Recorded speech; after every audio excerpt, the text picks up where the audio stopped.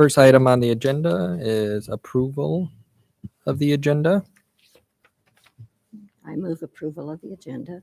Second. All in favor? Aye. Aye. Opposed? All right. Moving on. Next is approval of the minutes from the October 9th meeting. Does anybody have any corrections for the minutes?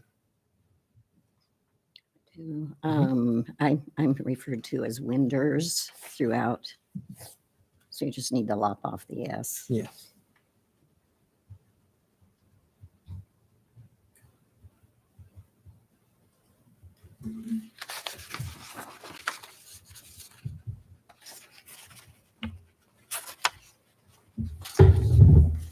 All right, noted. With that clarification, do we have a motion to approve? So Yeah. move. Second. All in favor? Aye. Aye. Opposed? All right.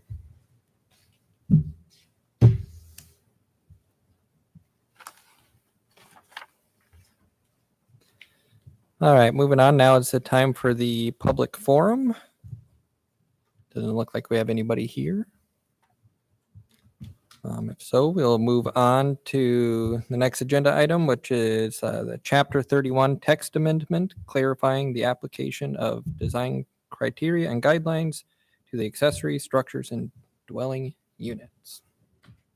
Good evening. So you may remember that we discussed some of this back in September. We came before you to review the application of existing requirements in Chapter 31 relating to the design criteria and design guidelines for granting an ADU, a certificate of appropriateness for new construction in the Old Town Historic District. And you guys had 4 items that you directed input and change to help accomplish that. So there's some background material in your report that goes back and talks about City Council's directive and what they're trying to do with this initiative relating to infill and in allowing accessory dwelling units. But so basically, we took your guidance and tried to basically applied it to 3115, which is the part on new construction. And just for those of you who are newer on the commission, the way the Chapter 31 is structured is there's a section on alterations. And an alteration is anything that doesn't change the footprint. So like adding windows or changing the siding or putting a new roof on or something like that would be an alteration. New construction is when you add something on, an addition or a new structure altogether. So we did not really talk about ADUs and how, if there was any language relating to having a contributing garage converted to an ADU. So we specifically looked at that as well and are offering some recommended language relating to that. One would be that conversion of contributing garage to an ADU is subject to HPC review. Right now, alterations are reviewed by staff. And so, but we feel that an alteration that would be taking a contributing garage to an ADU, you guys should be the ones to really review that. I don't expect there to be a lot of those. We did an analysis of how many garages are on single-family properties, how many contributing garages, and how many of those garages, and those would be detached garages, and how many of those would be greater than 250 square feet, which would probably be the minimum amount of space you would need to have a unit that could meet building code and so forth. So even with all of that, there's only 27 units. And these are single-family properties that are, some of those could be rentals. So there again, that might be another reduction of the number. But regardless, we felt we needed to address it in the code in case there was somebody who did want to do a conversion of a contributing garage. And we recognize it could be extremely costly. Might not work for most people, but somebody it might work for. So that was kind of the way we approached it. And we also wanted to make sure that any additions to an accessory structure are considered as new construction because the wording wasn't totally clear on that. Then thirdly, we looked at some edits to the section on certificates of appropriateness, knowing that was something that you guys had talked about and cared about. And so tried to look at making it more readable without changing the overall meaning and structure. So those changes are in addition. They're not essential at all to the ADU issue. So they could be left out totally, or they could be incorporated. And that's how we've addressed the alternatives, that you could approve all the changes as included in the attachment A, or you could approve only the changes that relate to ADUs, or you could approve modifications to what's proposed, or recommend that the council not proceed. So we tried to respond to what we understood your directions to be. And with that, I'm going to turn it back to you guys, and we can go through this document however you want. We can jump around, or we can, just go through page by page if there's any comments. Awesome. Thank you. Appreciate the summary.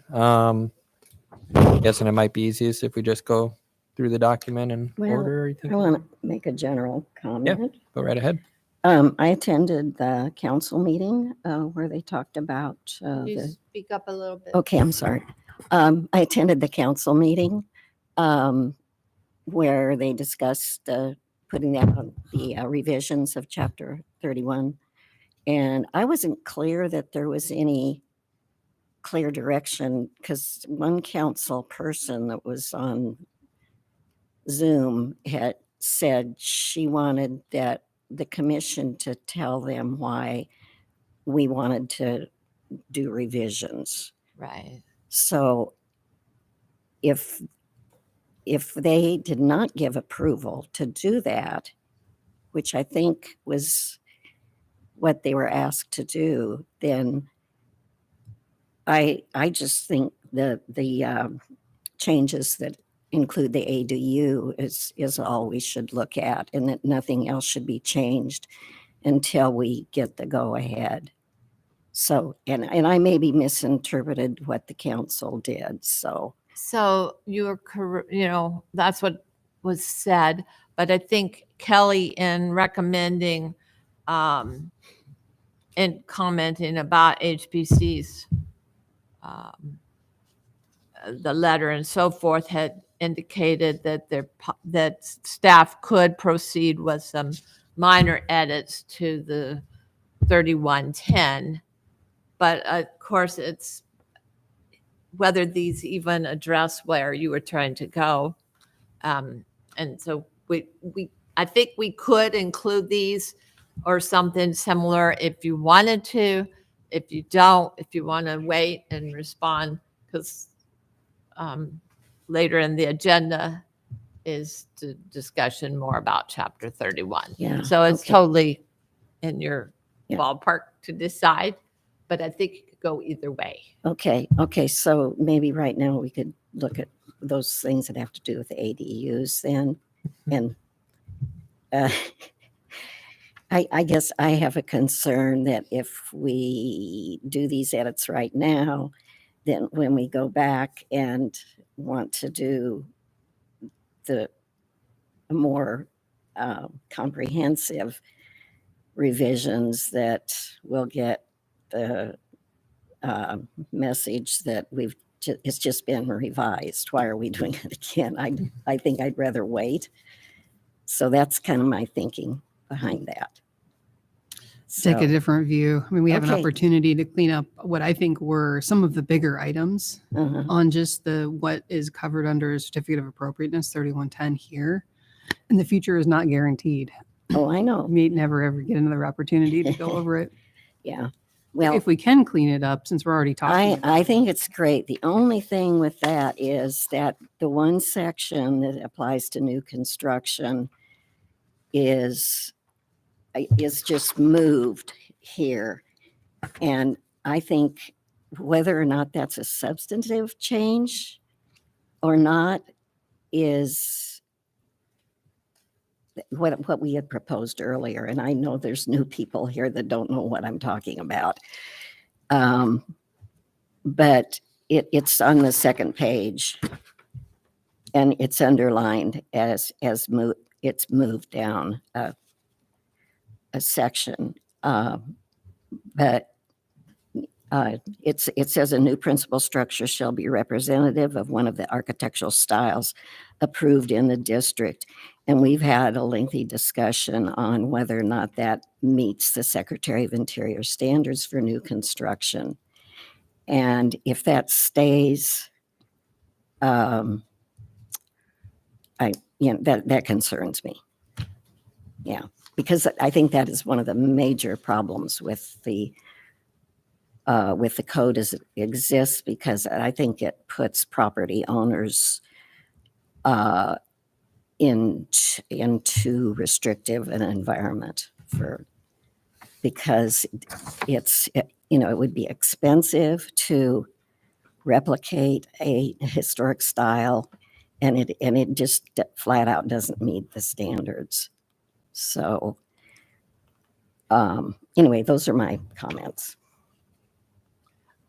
I'd just would like to comment on an example for your reference. There's a house on Duff that's a duplex that was built in the historic district, and it had to replicate a style. Mhm. It looks kind of like a Craftsman, but it really doesn't look old. Mhm. So I don't know if you know where I'm talking about. It's actually in the Habitat for Humanity house. Mm-hmm. Do you remember the address on Duff? I don't remember. It's the like second one south of Ninth Street on the west side. 811 or something. Yeah, it's on the west Yeah, side. it could be 811. So I don't know if that helps 823 anybody. So there is an example there of this applying in that situation. Right. And you can look at it, see if it's like what if you think it fits or not. Well, I think it. I don't think that's the issue, because it probably is distinguished because, and I don't know what property you're talking about, Okay.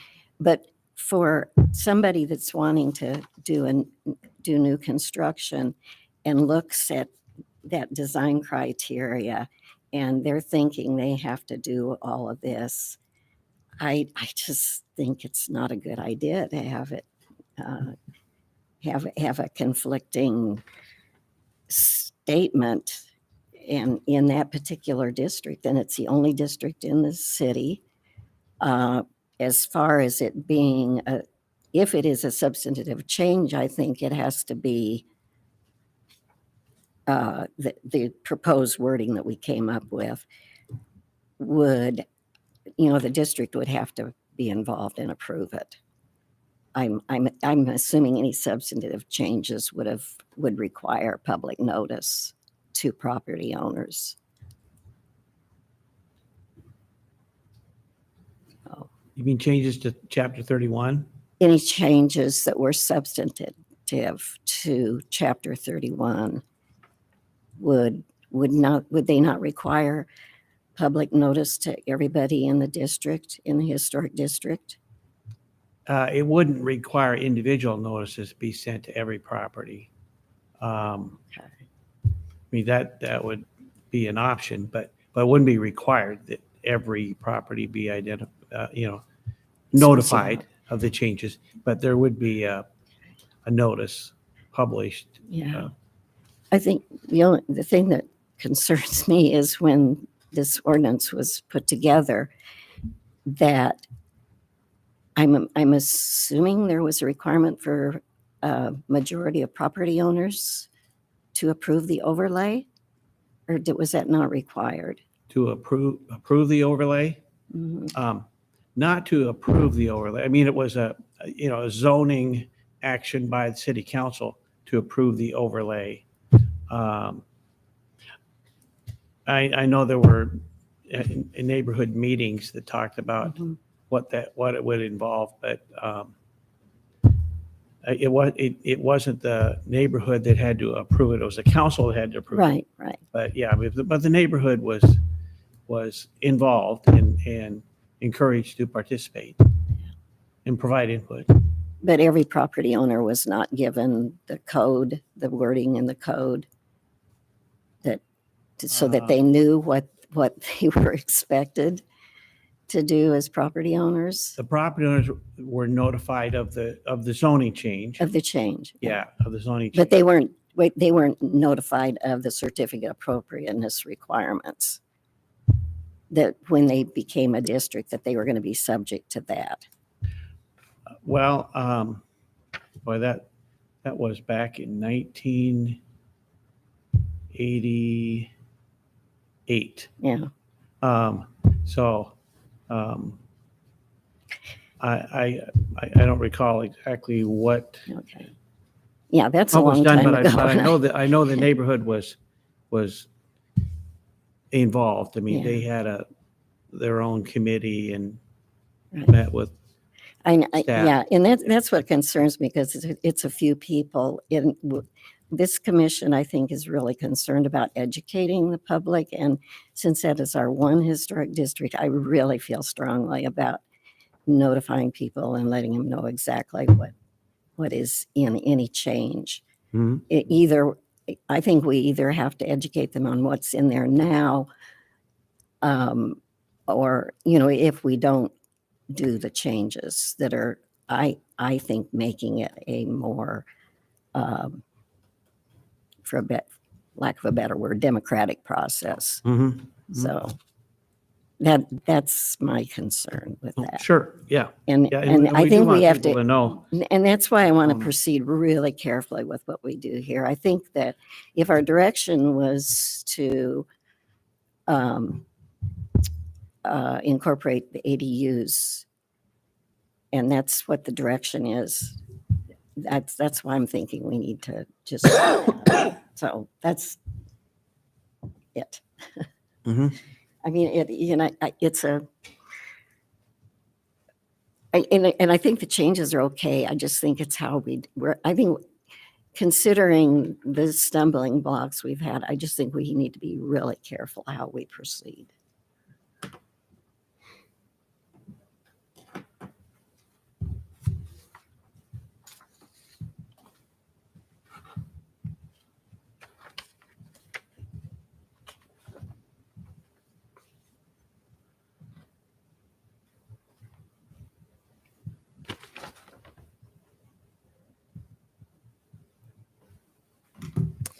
All right. I'm going to make a suggestion. Yeah, Let's go go right ahead. paragraph by paragraph and just see if we have comments that we want to bring up at this time. Mhm. And I think Okay. maybe Mary Jo and I have a different take on this. I think non-substantive changes that are just clarifications, I would prefer to hit at this time, because we already have some of those proposals in front of us. And I think it's useful. I think substantive changes, we should definitely not talk about right now for all the reasons you just mentioned. Mhm. Is that okay? So, Mhm. okay. Think that's good. Mhm. One of our options on there was obviously to kind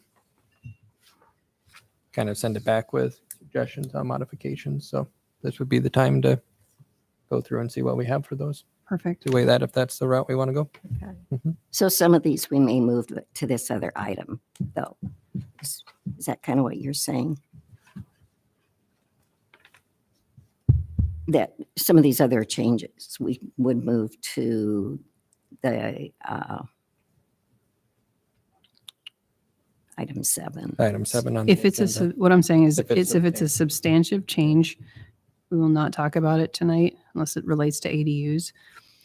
That's what we were asking for staff support in doing. Mhm. And item 7 is when council asked us to clarify what we found confusing, basically to justify the memo that HPC sent on the 9th with more justification. So that, I don't believe item 7 is a discussion on chapter 31 tonight. That's chapter 31.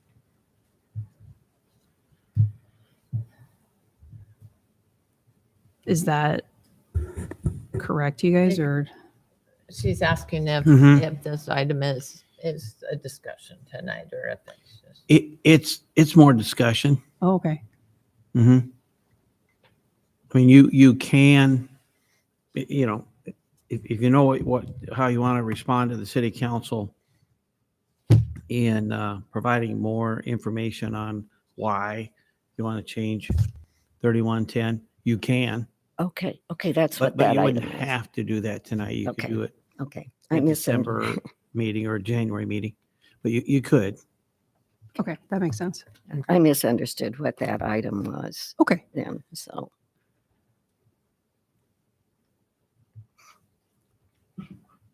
All right. In that case, let's start working our way through this. We'll start with the first section, 31.10, certificate of appropriateness. Mary Jo, you provided us your comments here already, so we got those in Yeah, front of did you us. We both can go over get- those as we go. Then if anybody else has comments on items as we go, feel free to throw those in as well. So Is this it?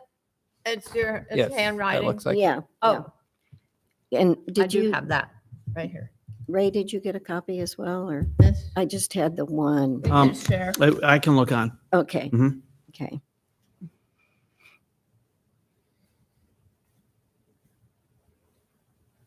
All right, so it looks like in that paragraph 1 there, based on Mary Jo's comments here, was to change the word structure potentially to property in one location, reading every application for a building permit or a demolition permit affecting the exterior architectural appearance of a designated landmark or of any contributing structure, is what it says, within a designated historic district.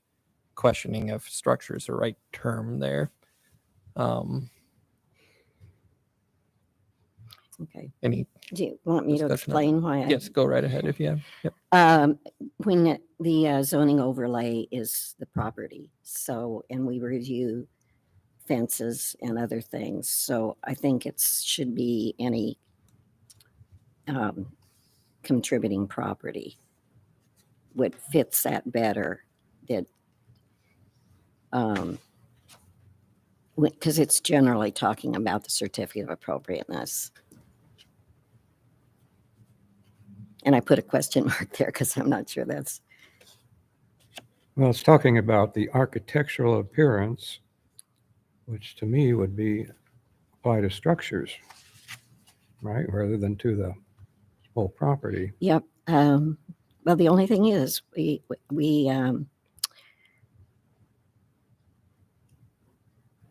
a deck is not part of the structure.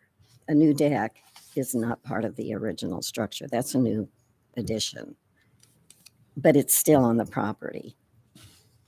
And it can also be separated. I mean, you could do like a pavilion or something that's not attached to a structure.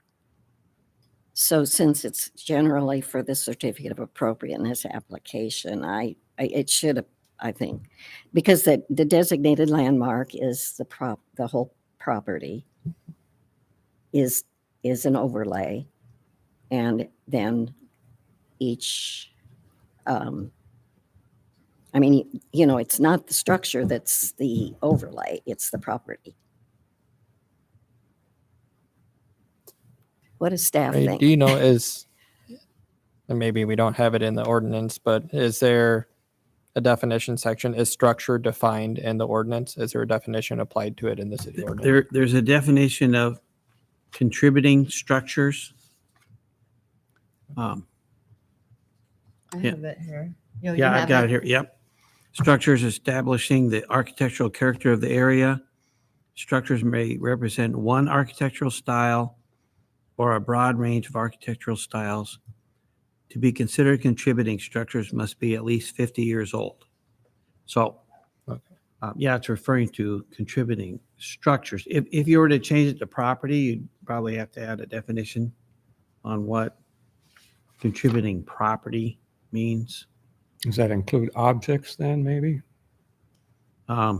They could. I Yeah. mean, That's kind of what I they was could. curious if it had description on structure, because, I mean, a deck could be considered a structure. I would consider it a structure, but if it's not defined in the ordinance, then Yeah, that leaves a gray area yeah. Mhm. on The whether it is or not. Yeah, National Register defines object and structure differently. Mhm. So, But couldn't you just add structure, contributing structure, or object?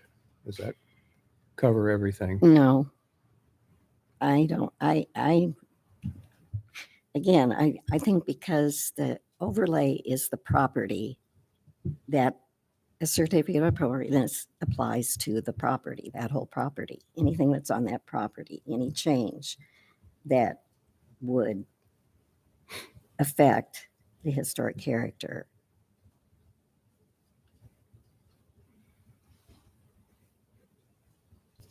The zoning applies to the property, the Mhm. zoning overlay does apply to the property. Chapter 31 applies to more of the structures, in the Old Town Historic District. And, one is zoning and one is the regulations for the Old Town District, including the design guidelines, the design criteria. And, with that comes along definitions.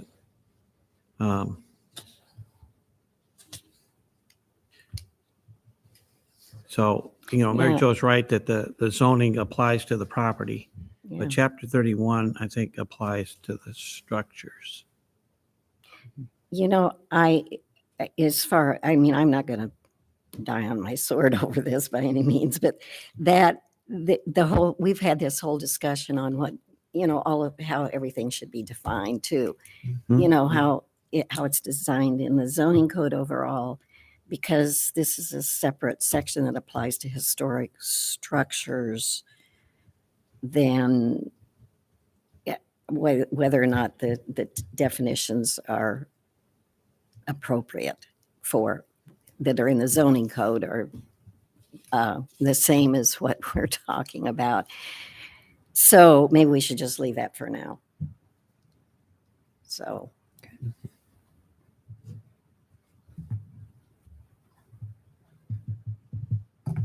And I think everything else that looks good. The other cross outs and everything to me look fine. I don't know if anybody. I have a comment. They've added a complete City of Ames application. You mean a completed one that's filled out, as opposed to complete? Yeah, a completed. It should be a D.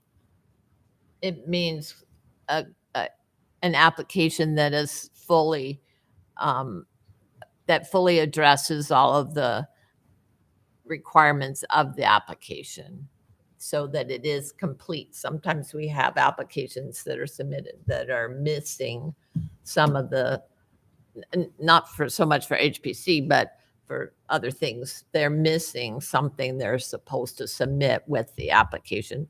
And in that case, it's determined to be incomplete. So that's why it says complete instead of completed. But grammatically, it feels like it's not right. But that's the mindset we had when we said complete, because we were trying to eliminate that second sentence, the next sentence that talks about the plans and the Mhm. drawings and so forth.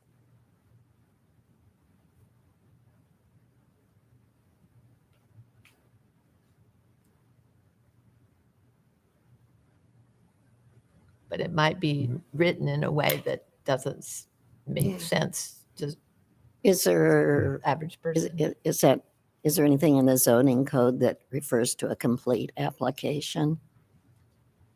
Probably. Okay. Probably there is, but each application is different. A minor site development plan application may be different than a certificate of appropriateness application. Right, right. And then we send out a letter to the applicant saying whether the application is complete or incomplete, like Eloise was saying. If it's missing something, then it's incomplete. Did we do that for HPC too? Well, not as formally. Okay. We usually send them an email, tell them they Okay. need to If we need Submit. more information. more information. Yeah. Well, if that's the case, I don't mind leaving complete. Yeah. Mhm. I think it works as complete. I think, I don't know.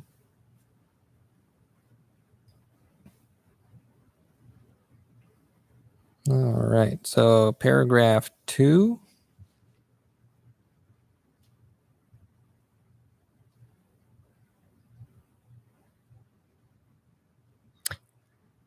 Well, you want me to explain what I put down? Sorry, I was just reading. through. Okay, Yep.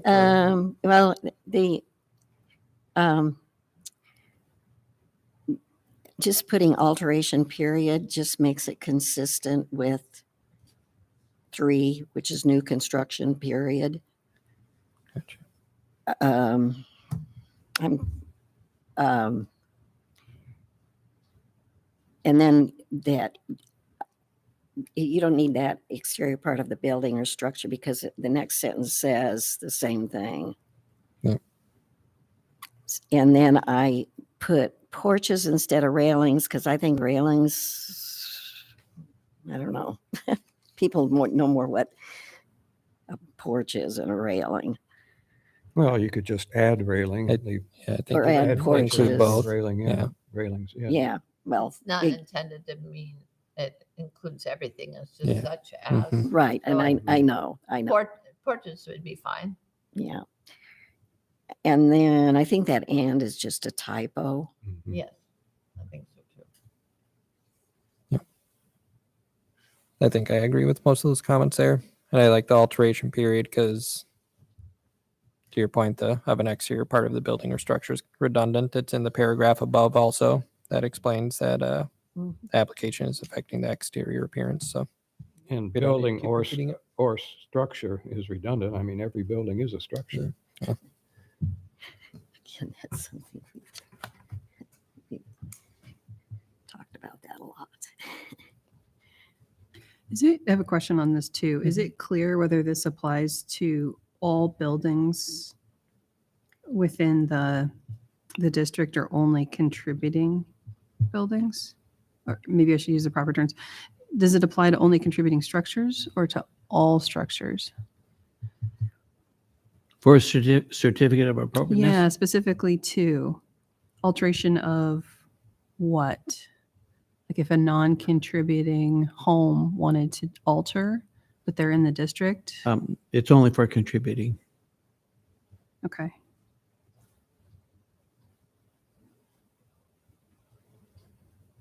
Well, where does it say that though? I think there again, you're covered with paragraph 1. Yeah. that's Defines what I- every application for a building permit or demolition permit affecting the exterior architectural appearance of a designated landmark or any contributing structure. That comment we were on last time, but paragraph 1 defines that it's, that it's addressing exterior architectural appearances. It defines that it's for designated landmarks or properties that were considered contributing, and then Mhm. below the alteration and new construction, just build upon that. So I think we are covered Okay. there. Thank you. Yep.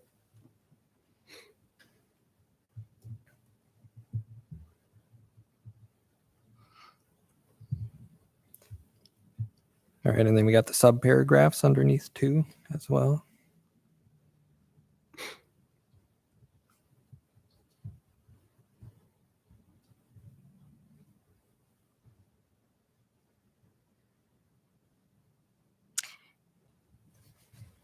So-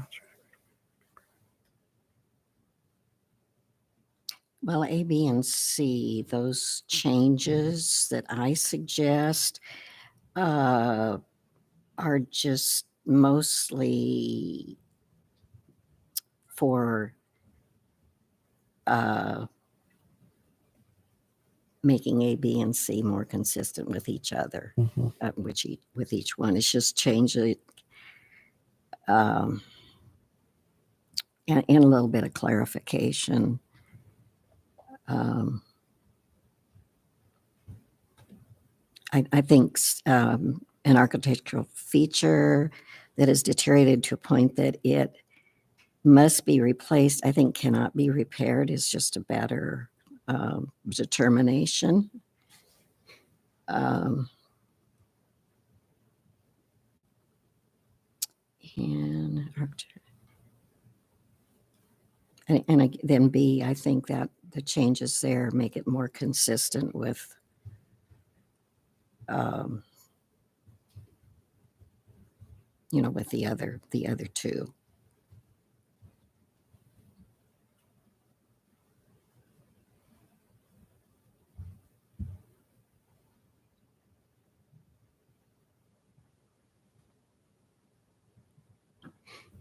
And I think that the current property owner wishing to restore it, I think that's just not necessary to say.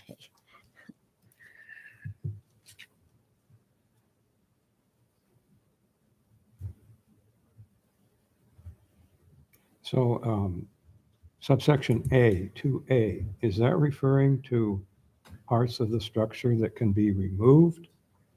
That Yes, Mhm. okay, so they have to get a certificate of appropriateness to remove that part of the structure. Is that right? Yep, to remove or if they choose to replace it with something Okay. replicating it or whatever they want to replace it with, but they would need approval for that. Well, but nothing must be replaced, right? I mean, there's no Yeah. requirement that you replace Mhm. something. yeah. I think that's a good change. Probably cannot be repaired. They're asking about replacement.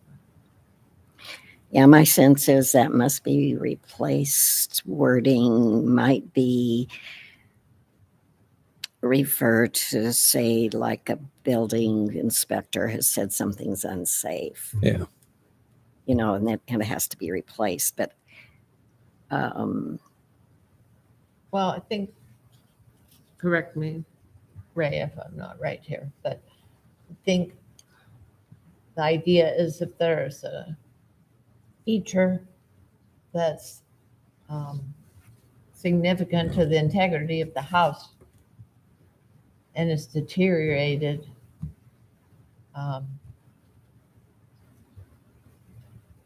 it could be removed and because it can't be repaired, but then we're not addressing whether it should be replaced. Mm-hmm. So we had a discussion internally Oh, yeah, we did. about a porch. And if you had a porch that deteriorated, can you just have it taken off because it's hazardous, but yet it's part of the feature? And the discussion was, well, it really needed to be replaced because it's a defining feature of the property, even though it's needing to be replaced and it won't be original anymore. So I think this is getting at the replacement, but also the deterioration and that it can't be repaired. So it's really both of those things. yeah, I think the lead-in paragraph is saying approving a C of A as appropriate is permitted under those circumstances. I think, so the findings, I'm reading that as that if it shall be permitted, then the commission basically would make those findings, A, B or C where it was applicable. So as a finding, let's see.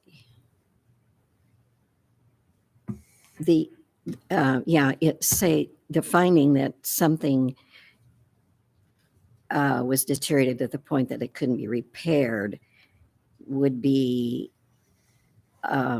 would go along with C, which is saying the new feature, the new porch feature is appropriate to the style. So you see what I mean?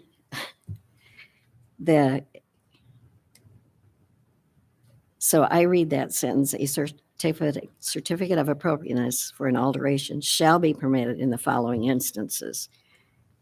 I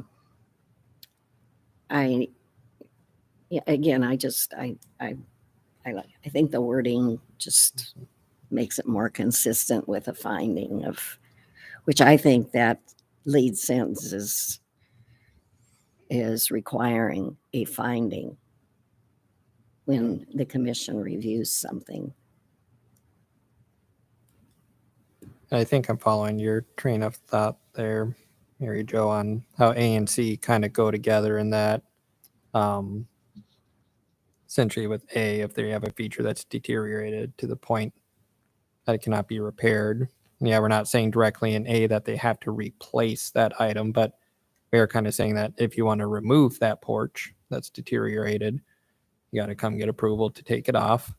But then C covers you that if they then go to build a new porch, it falls into C that we then get to say, yes, you can build a new porch, but you got to follow these guidelines. I think just if you add to A to straight say that the item has to be replaced, that's kind of a difficult spot because somebody buys a house and the porch is beyond repair. Are we really able to force that property owner to say, hey, guess what? You have to build a new $40,000 porch. Can we tell a property owner that? I don't think we can. We can say, yeah, you have permission to take that porch off, but I can't Yeah, force them to if, build you a know, porch. if If they choose themselves, yes, I'd like to put a new porch on, then we do have it in the ordinance to say, okay, you are a contributing property. This porch needs to fit within the style. Does that make sense to everybody? It or makes sense just- what you're saying, but I think they are telling people Yeah, that I- they have to rebuild. So the that'd be porch. one of my concerns there is, So- can we yeah. Where's the boundary where we can actually tell them Yeah, see, to Right. build something? Yeah. Mhm. And if with they're those, removing an architectural feature, they have to put it back. I think that gets a lot into the sections on garages. There's quite Yeah. a bit of language about letting something fall into so much disrepair with the intention of then removing it Exactly. and Yeah. that being prohibited. Yeah. Mhm. So a porch is analogous to a garage in that sense. yeah. And what see, happens when they come to get it removed and we say, no, you have to replace it. And they say, okay, I'm going to just leave it and let it continue to rot. That's their choice. Yeah. Yeah. Yep. Okay.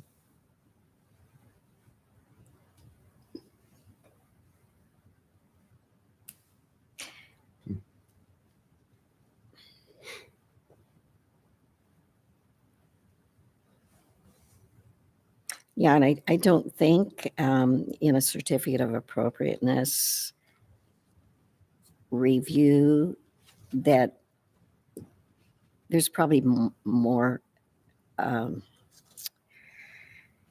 findings that could be made to a different project. I'm not sure that this covers everything Yeah. under the sun, Yeah. but I think it just gives some guidance on, so you're not arguing about, say somebody has a deteriorated porch that's been condemned and it's got to come off and they don't have any money. So you can't force them to build a new porch, even if it's a cheap porch. You just can't do that.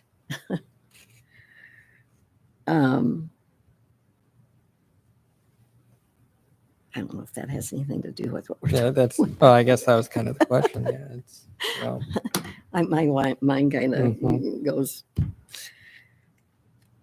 But Couldn't you make that argument about anything within the Old Town District, though? And there is a provision.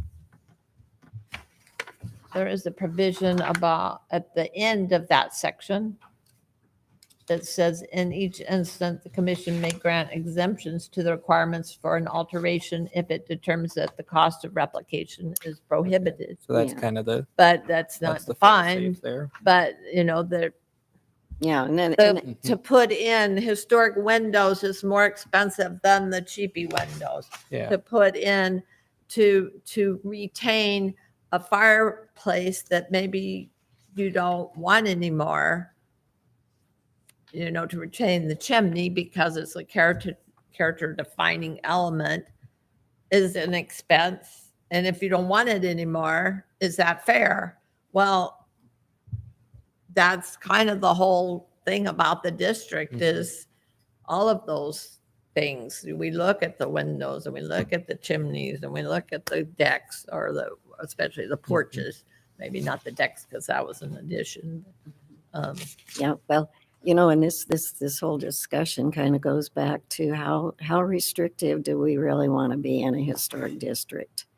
I mean, we want to protect the character, but how far do you want to go to say replacing a chimney? So that's a big ball of wax to Yeah. tackle. Maybe Yeah, that's a and more and maybe this substantive is a thing. substantive change, because I'm thinking that this was in here, shall be permitted in the following instances. To me, that means that you have to make a finding that, that's the reason you're permitting it, allowing it, because you've made these findings. And I mean, I think it's good. I think it should be in there. I think it's a good guide, because I think any action the commission takes on certificate of appropriateness findings, citing specific findings is really important Mhm. to do that. And I just think this kind of directs the commission in the right direction to do that. So, I think we're getting into substantive changes though. well, think- that's what Too. I'm, Mhm. I don't Yeah, know. maybe this was best punted to a future discussion. If the wording properly reflects how it's currently being treated, maybe that's the important thing right now. And if how it's being treated right now is that it must be replaced, then that is the proper wording. Okay, so in that case, then I would like to just see that none of the changes, that there not be any changes And the to, ABCs. to section 2. Okay. So any of the staff changes as well, just don't do any changes there. I have a question. As a practical matter, how does this work? You have a contributing structure with a porch that's falling apart. You don't want to fix it. You can't afford to fix it. So you're either going to just let it fall apart, or maybe you'll come in and have somebody tear it down and haul it away. And there's no certificate of appropriateness. Who applies for it? Are the people fined? How does that work? Well, we talked about that some too, about is it demolition, Mhm.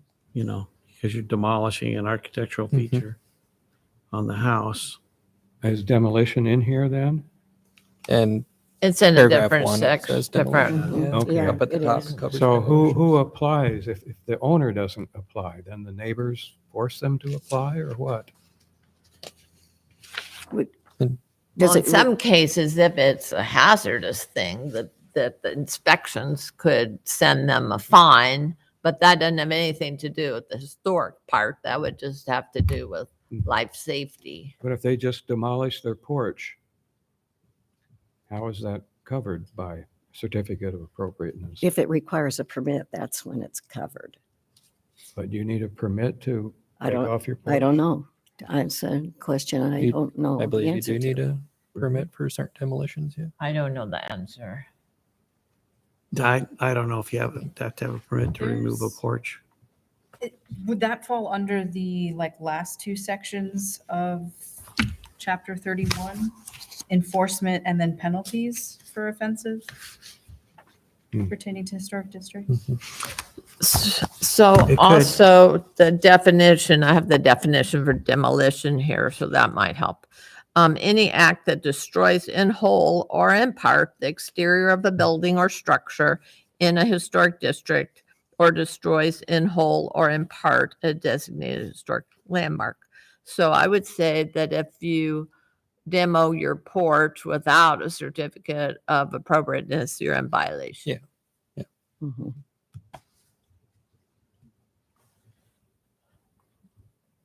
Okay.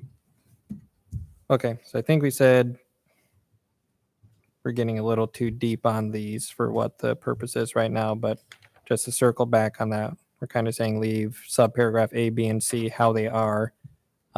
Do we want to do any of those changes to the top of paragraph 2 that we talked about? Do we want to go ahead and say yes on those? Because those were mostly just cleaning up verbiage or repetitive wording. Do we want to? Is that still okay? And we just say no to the subparagraph A, B, C? Yeah, I liked what Mary That's Jo fine. had proposed on paragraph 2. Okay. I thought that was very helpful. Mhm. All right. Okay, so going into paragraph 3, new construction. Um,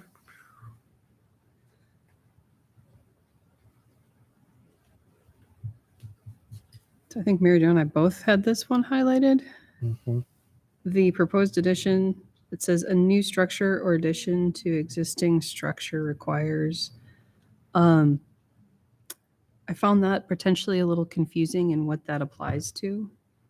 Does that mean any structure, or are there certain types of structures?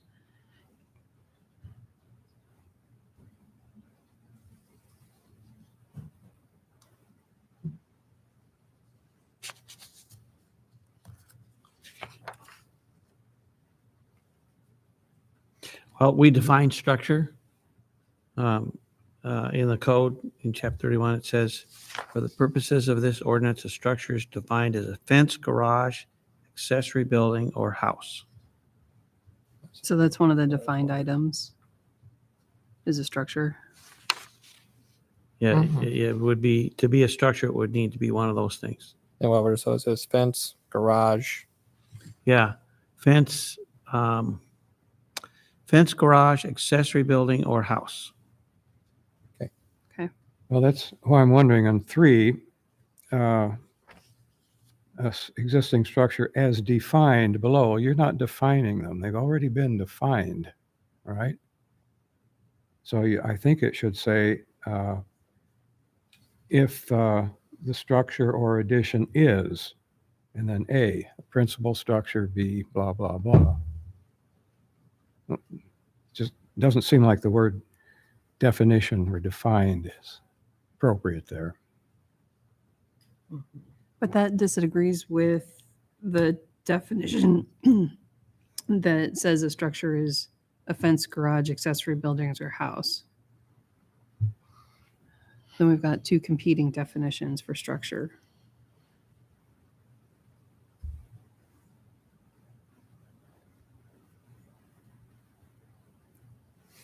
Well, I just don't think we're defining anything here, are we? Yeah, I'm confused, honestly. Yeah. I really am confused what a structure is. Yeah, I didn't realize a fence was a structure. Uh,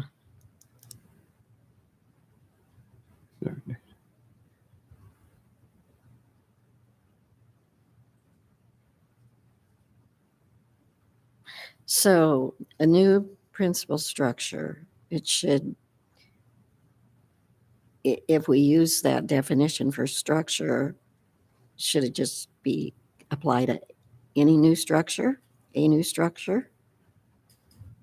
And then B would be an addition. That would be attached to an existing structure.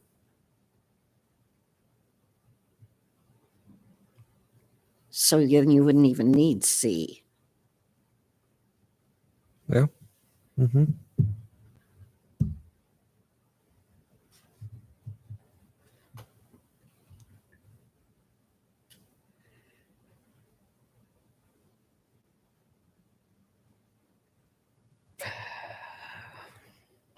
Well, is principal structure defined somewhere? It must be. Mhm. Yeah, it is.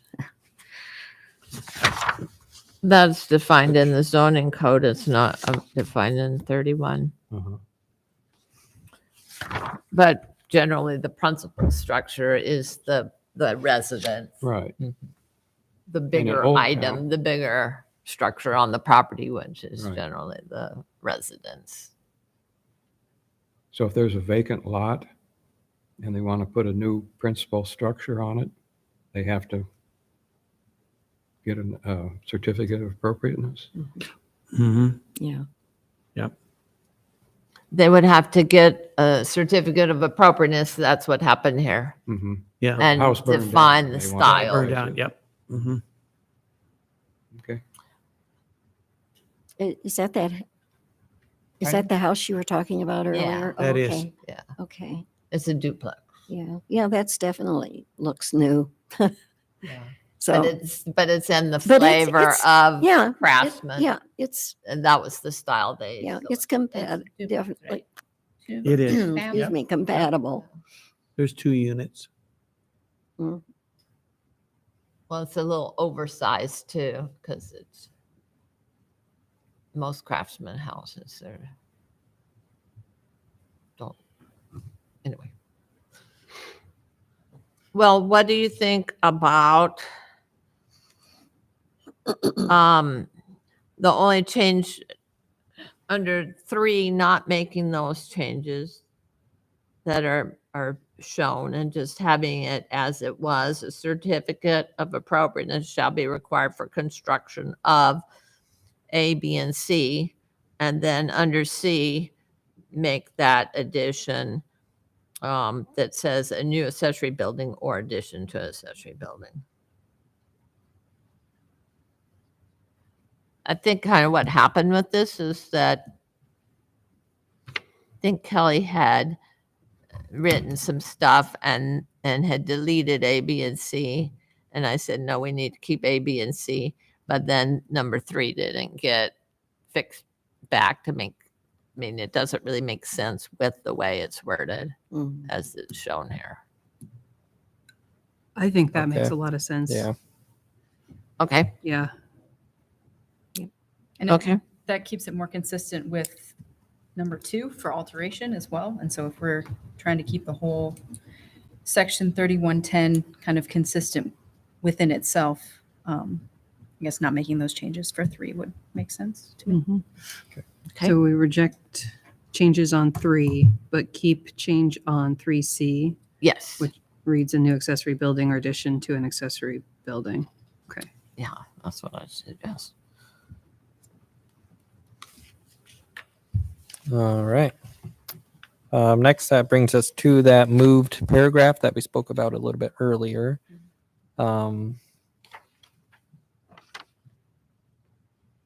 Yeah, I just say that, don't move it, just leave it where it is.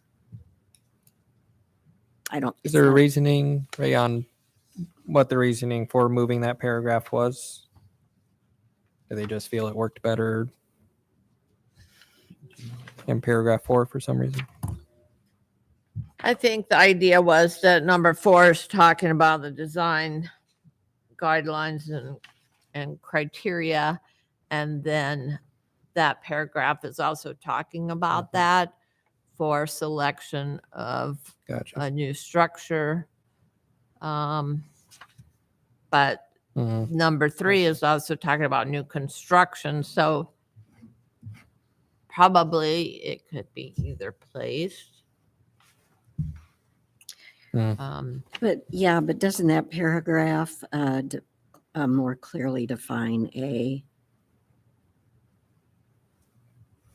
It talks about a new principal structure. So it probably should be left where it is because it comes under it just gives more information on a principal structure. So,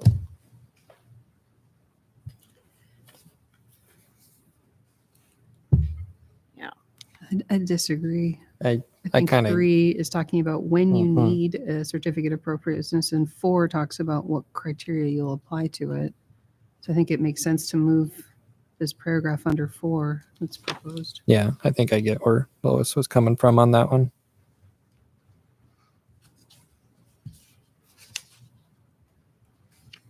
Because, yeah, 2 and 3 are basically defining this is an instance in which you need a certificate of appropriateness.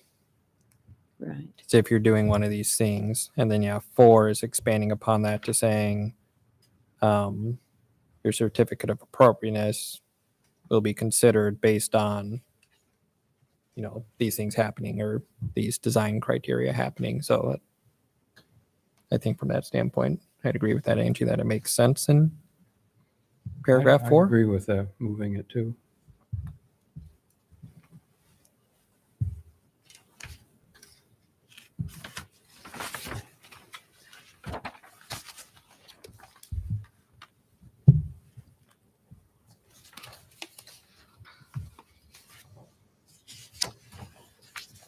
Are you following us on that one, Mary Jo? Do you think that's okay?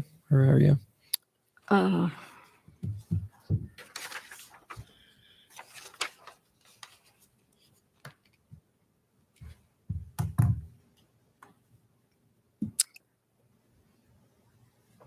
well, I just totally disagree with that paragraph period, so. Yeah, but not so much the location of it, but just the Right, paragraph and itself. yeah, And that's where we get It's- into it'd be pretty substantive yeah, to change yeah, that it's- paragraph at this time. But I agree with you there. I could see substantive changes to that paragraph. yeah, But and in terms of just the movement of it, I yeah, I makes think more the movement sense. makes sense where they're Yes, suggesting it Yeah, goes. it does. Yeah. It does. So yeah, so in 4, I just would suggest adding the section number 31 point whatever it is. Beside behind the For- design guidelines. For It's a design reference where it is. guidelines, yeah, or if it's sections like 3 through 5 or whatever.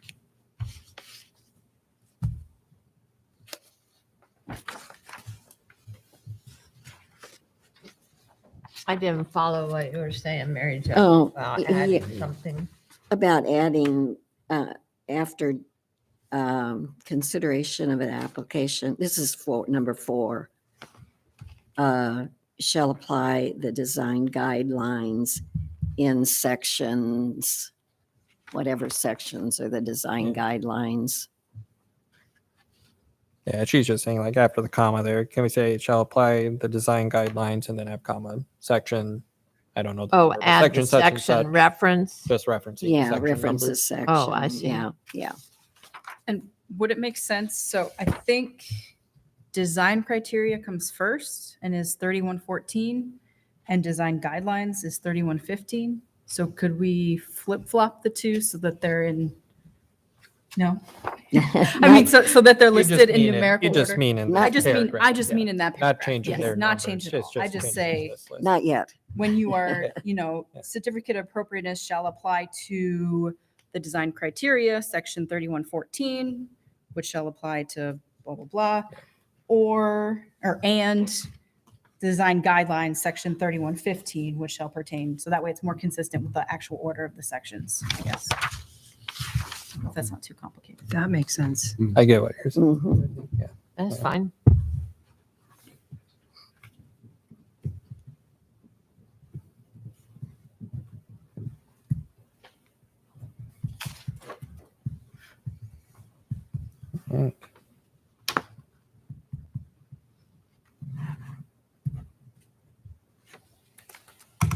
All right, into chapter 3110. The next section of it. Am I confused here? Which should It be says the section wrong one. 3111. Yeah. 3111. Okay. Mhm. Okay. I thought I was like, can we Another just do typo. 3110. Okay. Mhm. That's okay. So 3111. Anything in here? Looks like you got maybe just a couple small changes there, Mary. A can into a may, require shall be, so kind of verbiage items. Mhm. And also, I guess we should weigh how we feel about the addition of the underlined sentence there, so that the city Right. is suggesting adding. And I just suggested that be the last sentence. That kind of is disruptive in the middle. Hmm.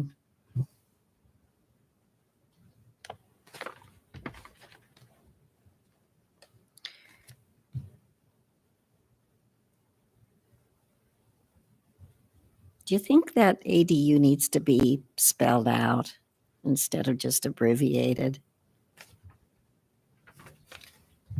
That's fine. Is that the first time it's mentioned? I think it is. I think so far it is.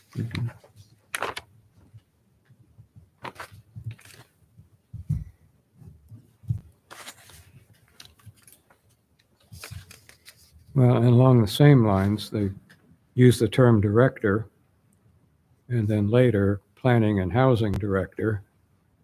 It's all the same person, right? If Mhm. anything, they ought to say planning and housing director first, and then just consistently use the word director after that. I get it. Yeah, not say it twice. All right, Yeah. and commission, looks like it's used for the first time here. I know that's the Historic Preservation Commission, but you have to look around to figure that out.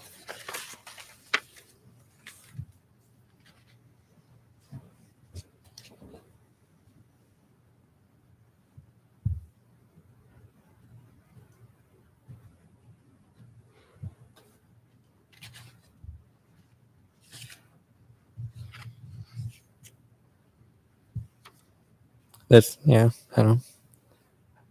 This is another kind of ticky tack item, but kind of going back to the definitions thing, just where, you know, I spend a lot of my workday in code books, and those definition sections are extremely important. This kind of thing, you know, it's defined, as Ray told us elsewhere in the code, that the definition of structure is fence, garage, accessory building, or house.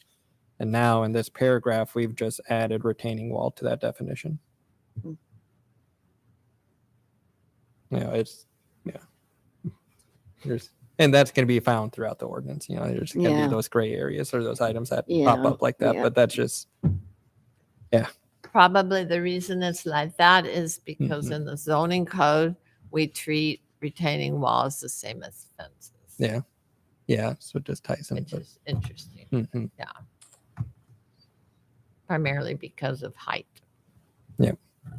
Not saying we should Well, change that not- now, because that might be considered substantive, but yeah.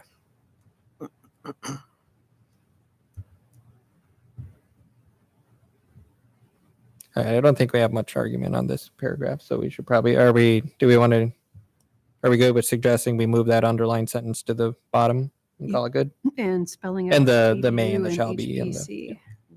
Kind of, we like Mary Jo's suggestions on this section, yes. All right. I had a question, Yes, sorry. go right ahead. I'm trying to read through it. I think the portion of the, let's see, the sentence that starts out, the director may approve the alterations, where it gets into substitute materials are not proposed, I think that was confusing to me. Just the way it was worded.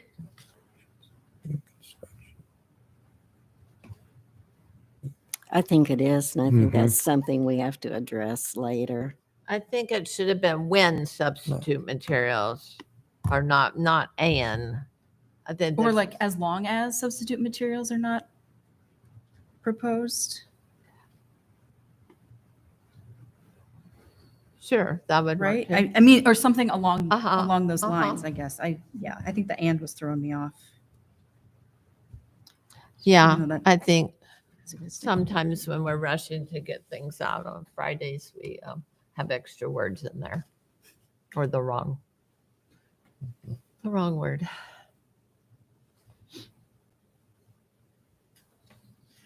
All right. I don't think that should be crossed out, should it? What, Mary Jo? I don't think that, I crossed out that in that sentence, and I think it needs to stay. I don't know why I did that. The director may approve the alterations or new construction that meet the, yeah, I think that, is it crossed out on your, on the Yes, copy I gave you? yes. Yeah. I think otherwise it doesn't make sense.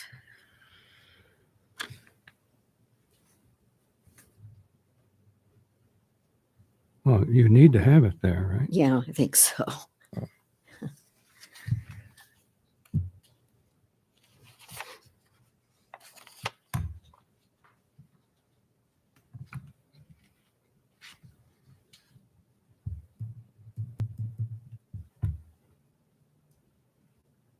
Yeah, I guess I don't know. I think that's right. That is crossed out. No, And that maybe has, it's that I've just read it too many times now. The director may approve the alterations or new construction meet the adopted design Hmm. guidelines and design Yeah, criteria. that isn't, I don't know why I crossed that out. no, you have to have it. It's a relative Yes. pronoun, refers back to the Yes. alterations and new construction. Exactly. Yeah.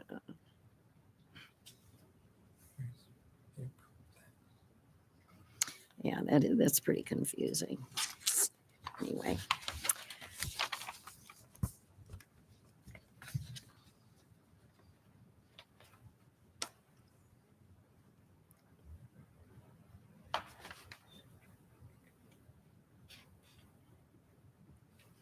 All right.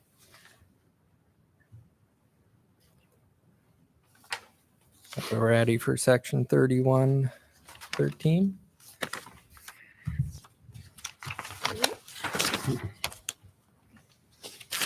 Oh. I made one change with, Mhm. right before that, the sentence before that in K. Maybe it's, I made some changes after I made copies. I think Yeah, you have the may be approved if instead of Mhm. is allowed as long. maybe approved, yeah.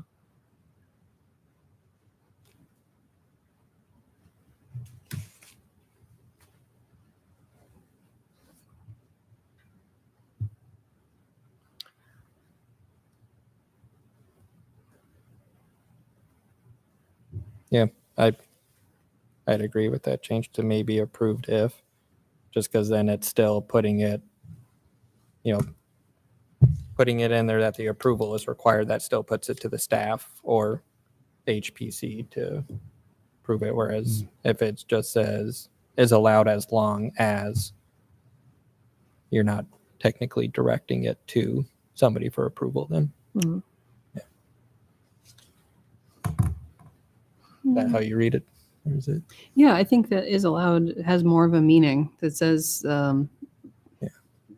the default would be to allow it. Mhm. And I don't think it, I think it's still clear that you need to go through the approval process. Yeah. Right. Um, Yeah. But that default seems to be meaningful, in my opinion, just as a homeowner of, okay, which way is this going to go if I try it? Yeah. You Yeah. get more confirmation of it. than Yeah. that. Okay. Yeah. hmm Okay. One minor syntactic item in F, that as is possible at the end of the sentence is kind of far away from where it should be, I think. You could say the proposed replacement door shall contain as many of the elements as possible of the historic door. Then you don't need the as is possible at the end. That's more a stylistic change, I guess. Mhm. So just delete that first part. Is that what you're saying? Just Well, delete just that. put the as many As is of the elements as possible instead of putting as possible at the end Oh, and then adding the verb. oh,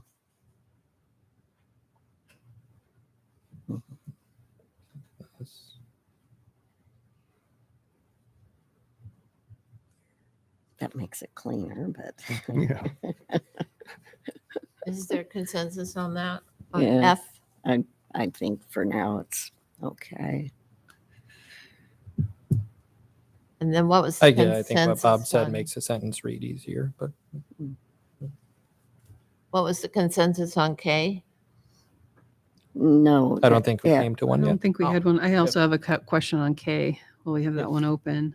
So it says conversion of an existing contributing garage to an ADU. We've talked about how there's relatively few of those.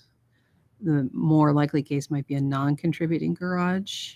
So what if a non-contributing garage comes before us? How does K treat that? There wouldn't be any character defining features on a non-contributing garage, and I'm not even sure if a non-contributing garage would have to come to you. Could we possibly nail that down?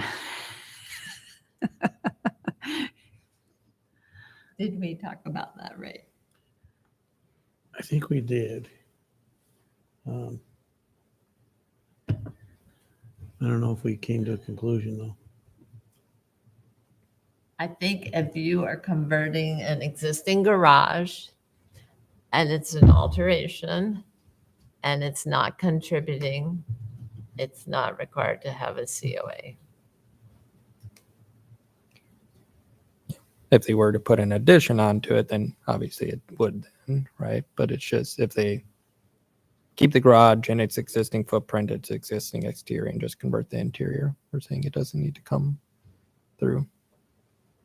I guess they could update the exterior of it too, since it's non-contributing, but I'm sorry, I'm not more precise. Yeah. So- You're saying I think if I'm you add an addition to an, if you add an Non-contributing addition garage? to a non-contributing garage, Mhm. does it then come through? Or can you add an addition onto a non-contributing garage without a certificate of appropriateness? I think you can add an addition to a non-contributing garage without a certificate of appropriateness. Okay. Because it's a non-contributing structure. But what if there is a contributing principal structure? You would want to have design review authority over an addition, any addition on that property. And you would also have the authority if they were building a new garage, If you're building a new garage, then, you would. yeah. Okay. But- But yeah, adding in addition to, that's a good question. Yeah. Good question.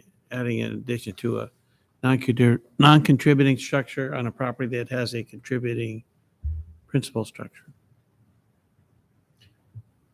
I Yeah, think it- if it has it would- contributing principal structure, then it needs a COA. I think it probably does. If it Um, doesn't have a contributing structure of any kind, Then it would not. Then it then, would be, you know, they have to get their principal structure, like that house, as, they have to have COA for a new structure, but other buildings would not, because it's not contributing. But there's not that many. I mean, there are some. We don't typically we don't really find ourselves in that situation very often. So that's know, why we don't yeah. have a good, quick answer. yeah, If you are building a new garage on a property that has a contributing principal structure, then yes, you would have to get a certificate of appropriateness. But if you're adding an addition to a non-contributing garage, depends on if we consider it an alteration or new construction. If it's an addition, it would be new construction. Yeah, it would. It would. But So- I think the answer is if it's an addition, it probably does need a COA. But if it's an alteration, I don't Then it think would it not. would have to. Then it would Because not. you're not changing. If you're adding to the footprint, Yes. yeah, then you probably would. I think that's right. Then you Yeah, probably would. I think that's right. But if the property, Footprint would adding a second story on the garage to make it an ADU count as Yeah. to the footprint. but if, That the- would too, I think. Okay. but if the property didn't have a contributing structure of any type, You wouldn't have to get a certificate. So does there need to be something added?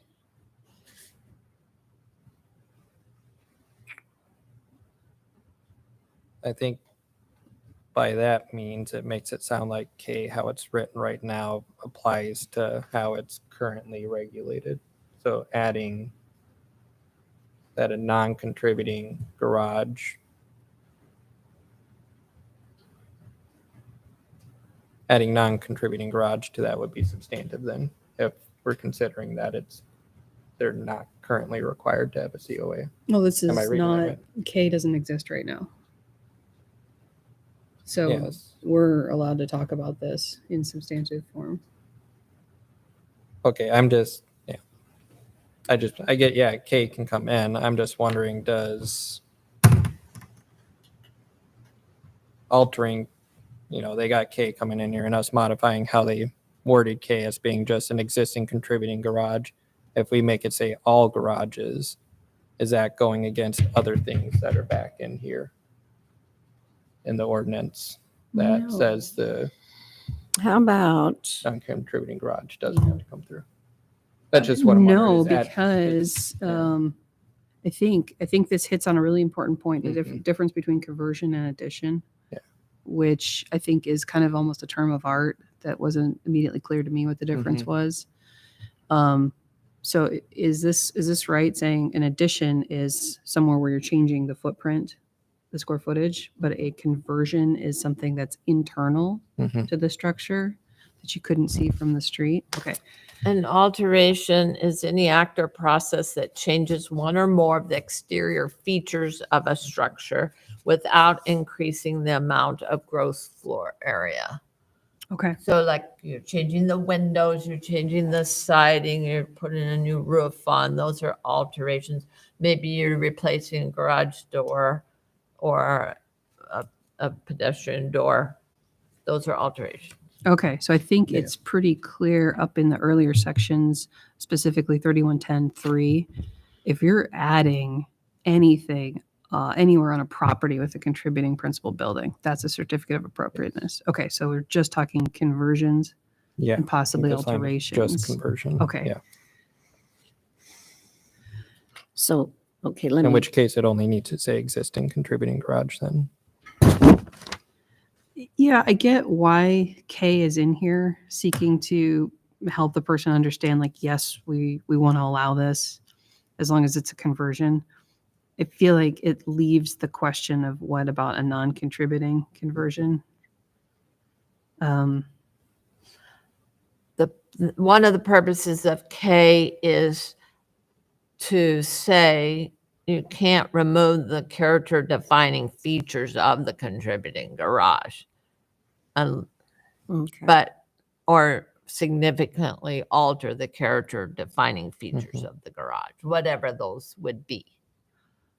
So if the feature is the door, I mean, we allowed changes to doors, but you may need to keep the garage door on your ADU because you want it to still look like a garage.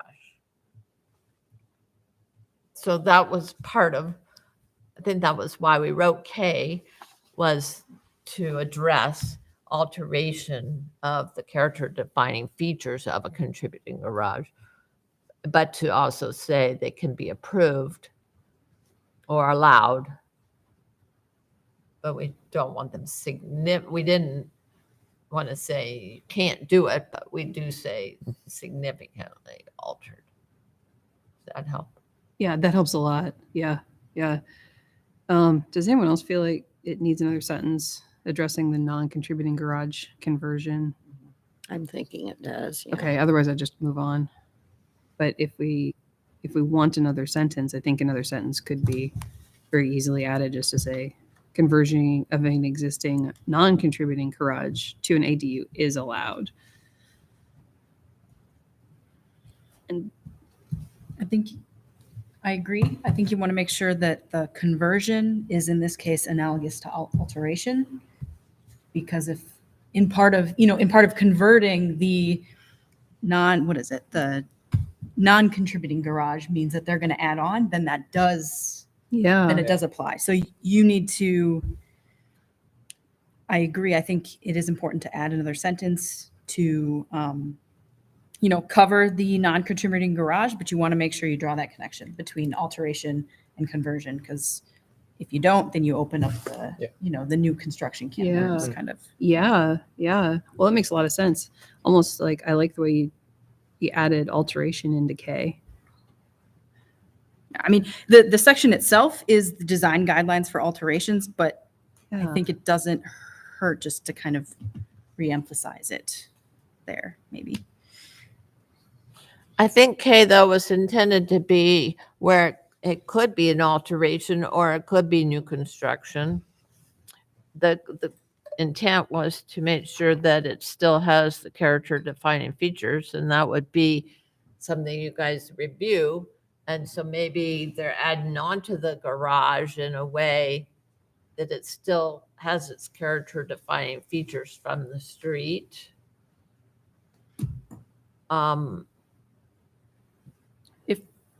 How If that's the about- case, though, I don't think it would be under section 3113, since that is specifically for alterations. Oh, that's true. You're right. That is for alterations. So forget what I said. Never mind. I had a thought if I can. What if you said,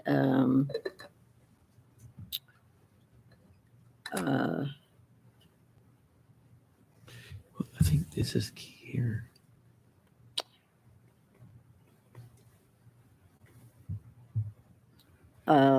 let's see, if you said an existing garage,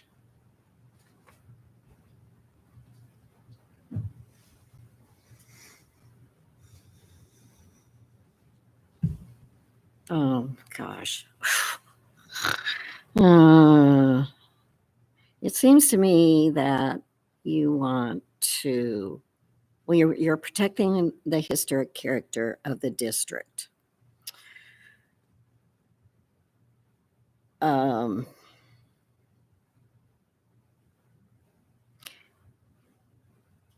So you want to protect the character of the historic property as well as the district if you're doing an ADU. Does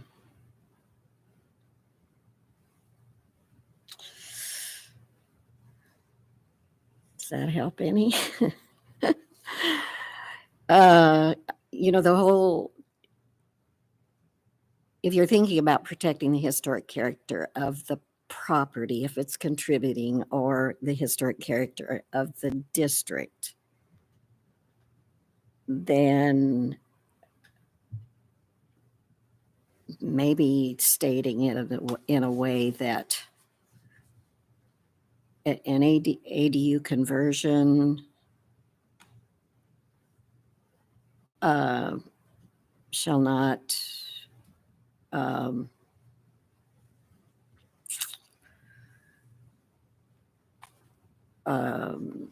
I don't want to say what's a good word, impact the historic character of that would include anything that's an ADU. Any project. It would include a non-contributing garage on a contributing property, and it would also protect a contributing garage. I think that's reaching more than what Eloise described, which sounded like just simply wanting to protect existing historic features.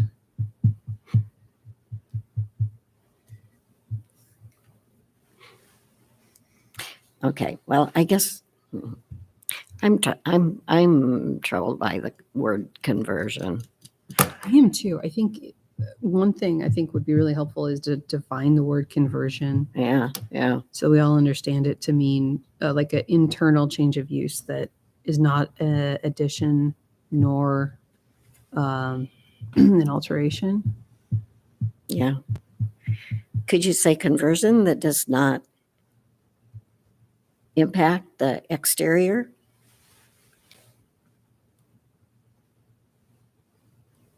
Yeah, you could. And then, Then you don't need to say the character, you're not, so you don't have to worry about protecting the character defining features because it's not, yeah. Well, they may have to impact the exterior, so like they may have to add a door, like a door on the side. Yeah. And maybe it's where a window was, so there might be some feature that has to be added somewhere A chimney, maybe. to determine chimney. Mm-hmm. I don't know if you'd have to add a chimney, but I mean, But if they did. I'm just saying, you might have to add a door for life safety, but life safety can't override the historic. So you have to see where you're gonna, how you can allow it, if you can allow it. That makes sense. So you don't, what you guys are saying is the word conversion, you don't like that word. So why don't you just, maybe we don't use that word conversion at all. Just say an existing contributing garage may, we've used it all summer. That's what we've talked about is you could convert a garage to an ADU or you can build a new ADU. That's what we've talked about. So that's the word that's in our head, but that's not necessarily a word that works Mhm. here the same way. And I mean, we're really basically talking about an alteration, but it's in the section about alterations. I'm fine if you want to edit it. Does it help if you change it from a noun to a verb and make it converting an existing contributed garage? Because then you're, I mean, you could dig into, okay, what does it mean to convert? But Mhm. that's maybe less obscure to me than what a conversion means or entails, I guess. I don't. It's like slightly closer, but maybe not quite there yet, I guess. Yeah, does converting mean converting the use from an automobile thing to a residential? Is that Yeah. what? But that's also, sorry, that's also stuff that's not, Part of this. yes, right? That's probably under the That's zoning under zoning, boards. yeah. Right. The use. And so that is what would outline kind of the requirements in order to, in order to change your garage from a garage, automobile storage use to an ADU usage, that would be outlined in the zoning elsewhere.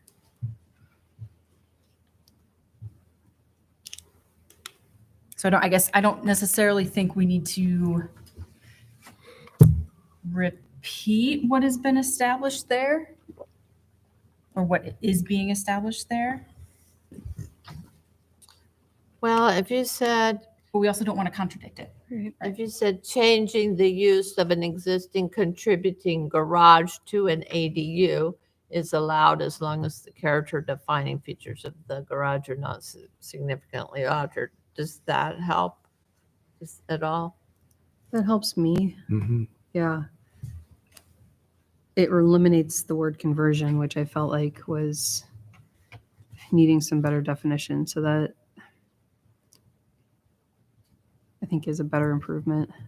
And then you're just using the terms alteration and addition.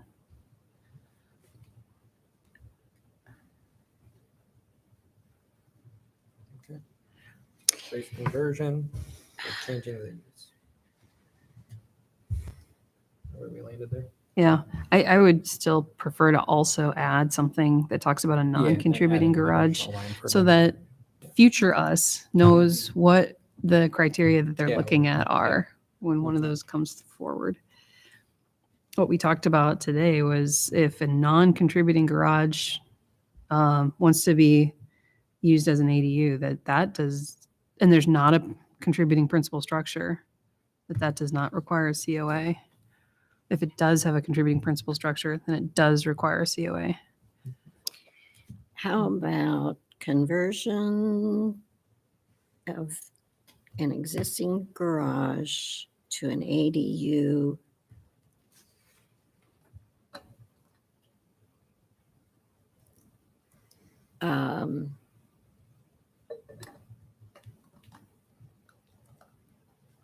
Would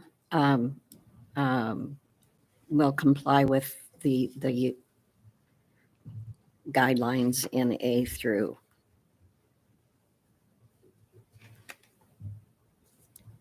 That would cover everything, I think.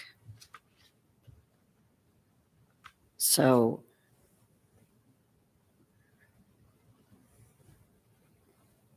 I think that would. I think just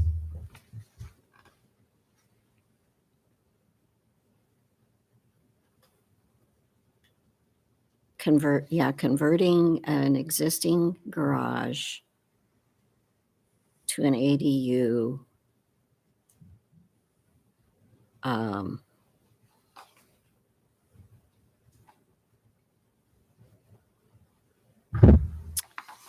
Should comply with these other the previous guidelines because it says under B, retain and preserve the character defining materials, features, et cetera, et cetera. I think that would cover everything then.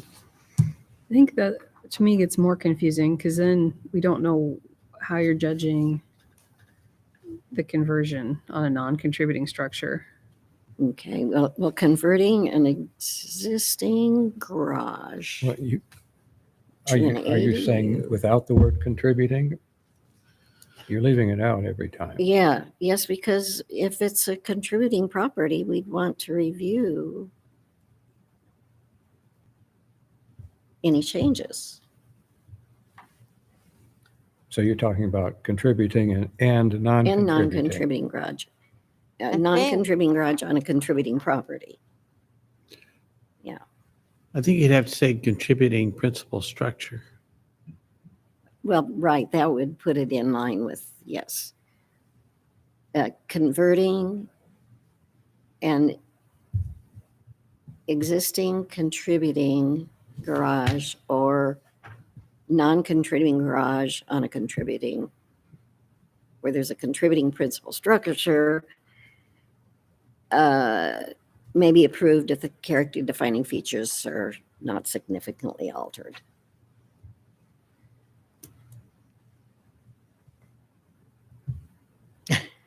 Yes, yes, and I think we're kind of talking about two different things. One is preserving existing character defining features, and then also when do you need a certificate of appropriateness? And when do you need a certificate of appropriateness is best answered up in the first page, chapter 3110, 3, new construction. Mm-hmm. Potentially there's a spot there to answer that question cleanly under 3110.3. Add another letter potentially that says when you're changing the use of an existing garage to an ADU and it's either an contributing garage or there's a contributing principal structure. We could wordsmith that to capture what the intention is.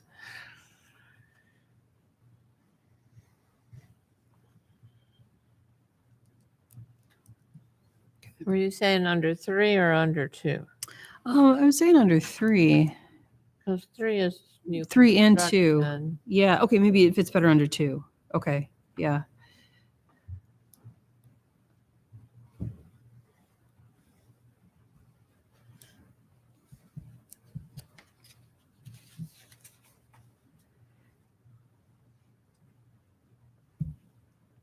Can we get that wording again? Yeah. Okay. So what I would, the proposal, wrap up on K and then propose adding something up front. So wrapping up on K, I think, as you talked Keep about K as we said, changing the use. changing the use of instead of conversion, but the Okay. rest stays. Okay. And then jumping up to 3110-2,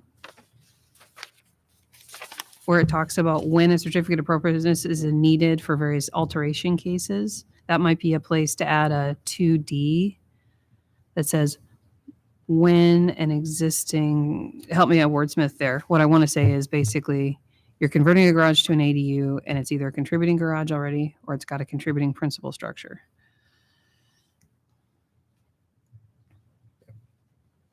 Without using the word convert. So 2D, changing the use of an existing garage to an ADU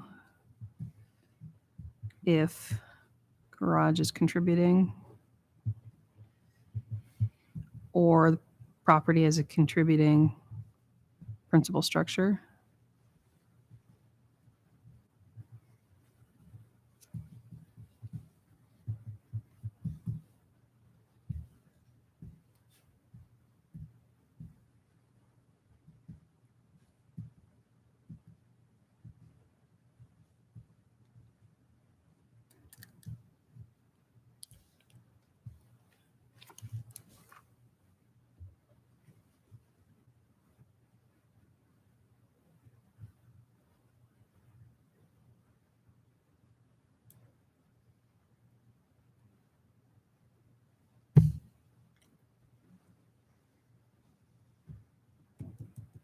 I'm getting a headache. Okay. I think what I just described captures kind of the intention that I was hearing, at least. We want to protect the character defining features on an existing contributing garage. That's 3113K, right? That's important. Acknowledging that you might have to add a door or some other feature, right? And that's certainly allowed here. And then my main hangup had been on the question of, okay, what do you do if you got a non-contributing garage, right? In order to answer that, if I could propose that upon 3110 to adding a 2D where it says you need a certificate of appropriateness anytime you change an existing garage to an ADU, if the garage is contributing or a property as a contributing principal structure, that answers that part of it. Mm-hmm. So a person knows where they have to go with it.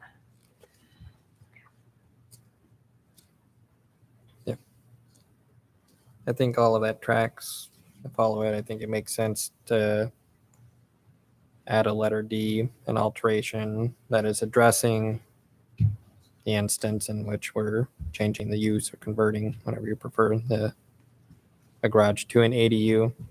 Just because it makes sense that, paragraph 2 and 3 are stating when you need to get one of these, what they apply to. So it makes sense that it's in there.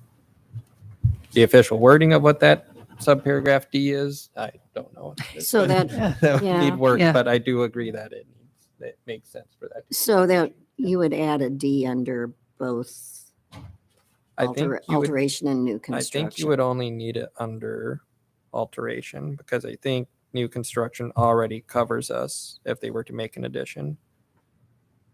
Because it says a new accessory building or addition to an accessory building on any property with a contributing principal structure or designated landmark. Mhm.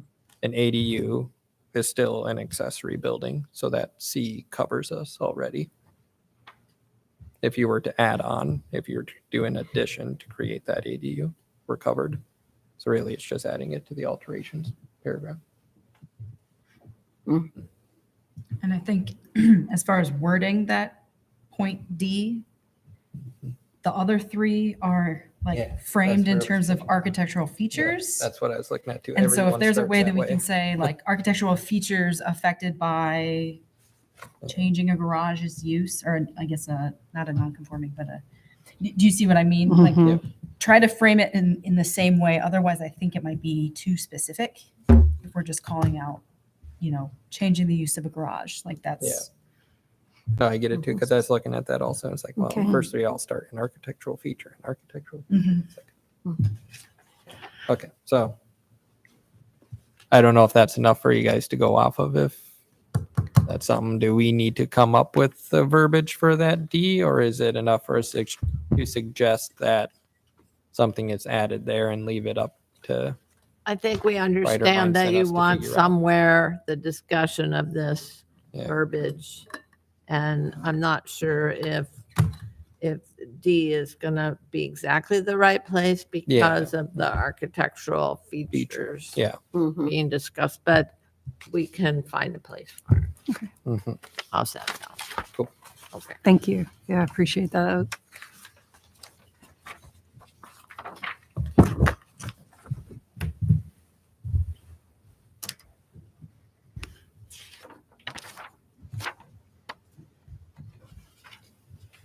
All right. Section 3115, design guidelines for new construction. Most of these were coming directly from or off of the feedback that we had given at, I think it was the September meeting, on items that we foresaw would need to probably be changed if ADU was introduced. I think it's mostly just a question on if we think those are phrased right or if we have any additions or edits to those.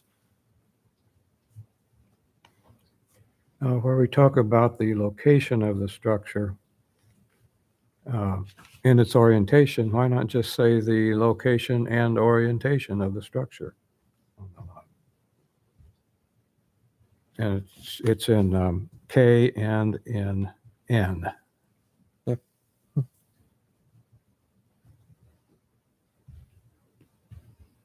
And then with the slab on grade, I think, where it says maybe located slab on grade, I think constructed would be a better word.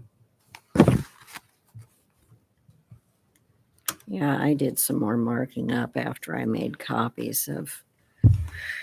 I'm trying to figure out how that's fitting into that section.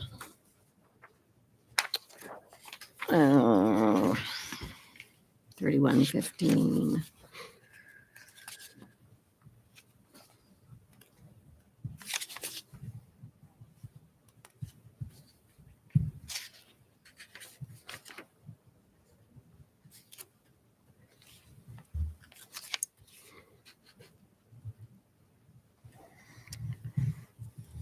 Mary Jo, you're looking that up. I'm going to ask you guys a question. So it says when considering the location of the structure on the lot and its orientation, we talked a little bit, I think, at the last meeting about what that might mean.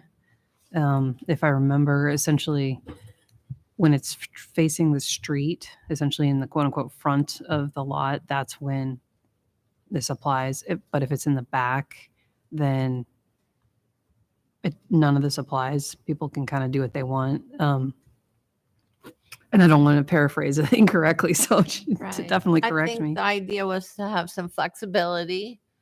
I think we talked a little bit about corner lots, which Corner lots were a isn't mentioned concern. here, Mhm. but we felt that that was addressed by making it a little bit broader and just Mhm. saying, considering, and I like the comment Melissa, Yeah. the Robert made, Yep. Bob made Mhm. on considering the location and orientation of the structure on the lot. That is better wording. So we felt that kind of just gives you as the body that's going to be reviewing these, you can decide if the location on the lot warrants having the footprint be different or more or requires a porch. That was the thought. So it gives flexibility. It doesn't say you have to do it, but it gives you guys flexibility to say, yes, we want it on there because of the orientation and the location on the lot. Okay, I think I know what I was thinking of. Were you done with that?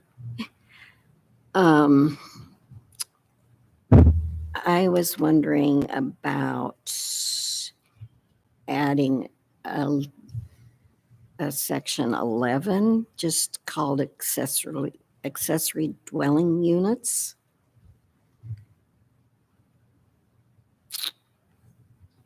Uh,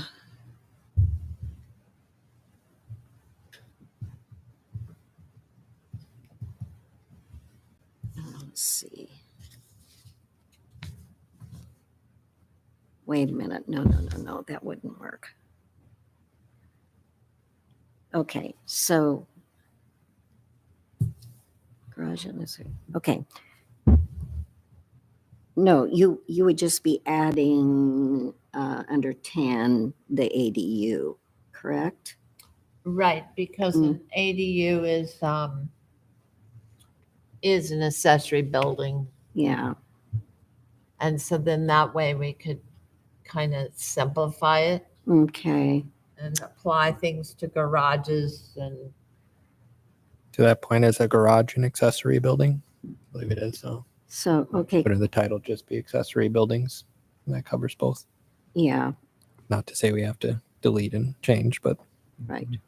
Okay. Yeah. Okay. So, yeah, you would be adding that, but then under the K LMN,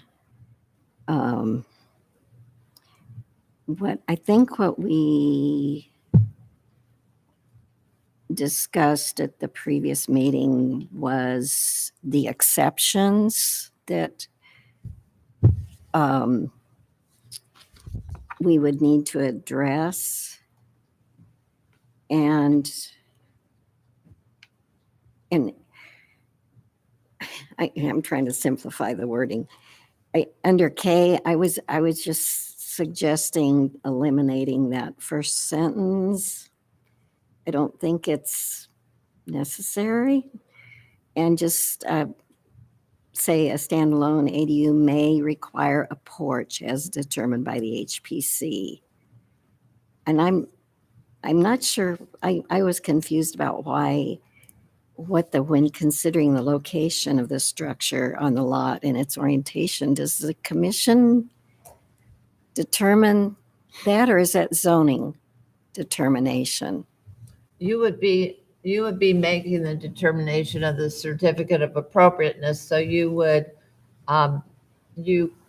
decide how the design criteria applies, Right. and meaning you would decide if the location of the structure warrants having a porch, because a porch is required for principal is required under the design criteria. All of the styles in Old Town require a porch, some sort. Sometimes it's called an entry porch, which is not defined, but I would say that's probably a stoop. But it calls it an entry porch. Mhm. Sometimes it's a bigger, it says entry porch, or, the full facade or something. But in all cases, principal structures are required to have a porch. So last time, what was discussed is on page 1 of your action form. And the wording that was discussed then was garages with ADUs attached will not require a porch, because it's typically with the garages, we have not required a porch, right? Mhm. But it's not clear that you do not have to require a porch. Yeah. And so we were trying to make it clear that garages do not require porches. But we said typically, because obviously if it's a 2-story building that, where there's a garage, or if there's an addition to a garage, you maybe would want to require a porch. So would you want to say that then the ADU may not require a porch as determined by if it appears in the previous sections of the ordinance that it does require a porch, in the instance of an ADU, do you want to say that it would not require a porch as determined? Rather than that may require, because Maybe It's- so, maybe that. yeah, would it be sounds to me better. like it would require a porch unless the commission exempted that requirement because of an ADU.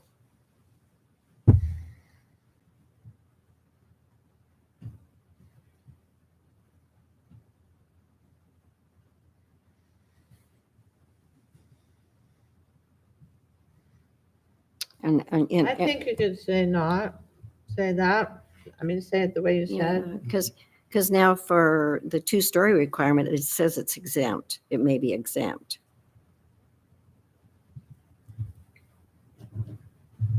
From the two-story requirement. So that would be, I think that would bring K in line with the intent.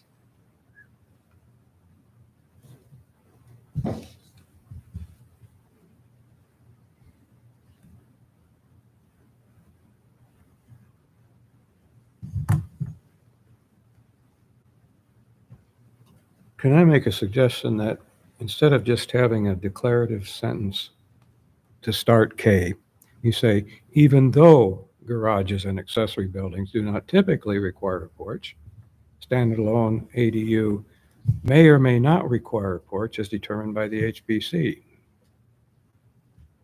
Does that cover it? Adding the even though. Sure, I think that's okay. I think it is. Tomorrow I may not think so. It sounds good now. When I explain it to Kelly, I might not. Let's remember like the primary intention, which was no porches being required. Mhm. That's the predominant use case. And however it words, that's the image that comes to the reader's mind, that it's clearly understood that they probably don't need a porch unless Yeah, street facing. I think just maybe bring, if one of those requirements is exempt because of an ADU, if you just change those, what applies, just to bring a consistent wording in. Because if all of those 4 items are required in other cases, then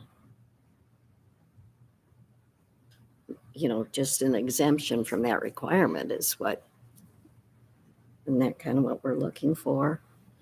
So Mary Yes. Jo, are you saying maybe we use the same wording? Garages and accessory buildings are exempt from requiring a porch, Yeah. but do you want a provision to require it in some instances? Well, Or just you want to exempt it altogether? if you say it may be exempt, Because So- here we say are exempt, we don't You're say right. may. You want to right? say may be exempt? And I'm thinking may be exempt, subject to, as determined by the HPC. But I think that if we phrase it that way, then that means that it's coming to us and then we'll say, oh, no, you don't need it. You're exempt. But I think maybe it's more our responsibility to say, actually, in our opinion, you do need a porch. And so I think the may is very important Mhm. because that may is what kind of our responsibility is kind of hinging on. Right. Yes. And so Because otherwise you would say shall be exempt if you wanted it. right. Yeah. Right. So it is a determination of the commission, which is as determined by the HPC, says that. Right. So it depends, they would make the decision if it was appropriate or not to have a porch or have a raised foundation or have a 2-story, it should be 2-story.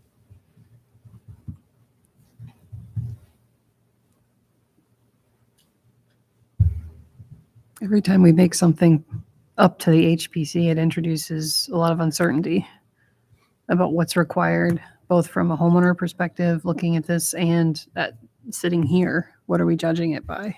What are the criteria? And I get that too, that it's not like nothing should be up to like it. Careful on the phrasing of our opinion Right. as a commission. Our position as a commission isn't to provide an opinion on what we think is good. Our position is to interpret the ordinance and verify if something that comes in front of us is accurate to the letter of the ordinance. All right. It's not to provide our opinion on if a porch is good for a property. So you do need something in there defining. I get where you're coming from, Angie, where you need some. That's where it lends itself to wanting something of it's just saying that it may be required, providing something that alludes to when it would be required. That Right. If we if the mean, property, if the port or if the accessory building is front facing, it may require the porch. you I know, think just so if they we know could say that's that in what the it is, ordinance. Yeah. You know, to lead that and makes the people on this commission's job easier in the future too, that they're saying, okay, the letter is it's front facing, that's where we're allowed to now say it. And leaves less to interpretation, but Yeah, yeah. Thanks. I think you're understanding what I'm saying. Yeah.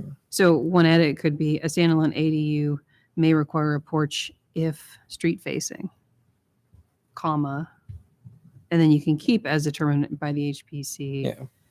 because you still have that review, but it tells the HPC and the homeowner, like, this is what Yeah, we're it looking lends at. them a line, like you said before, kind of, we had a comment earlier on, you know, helping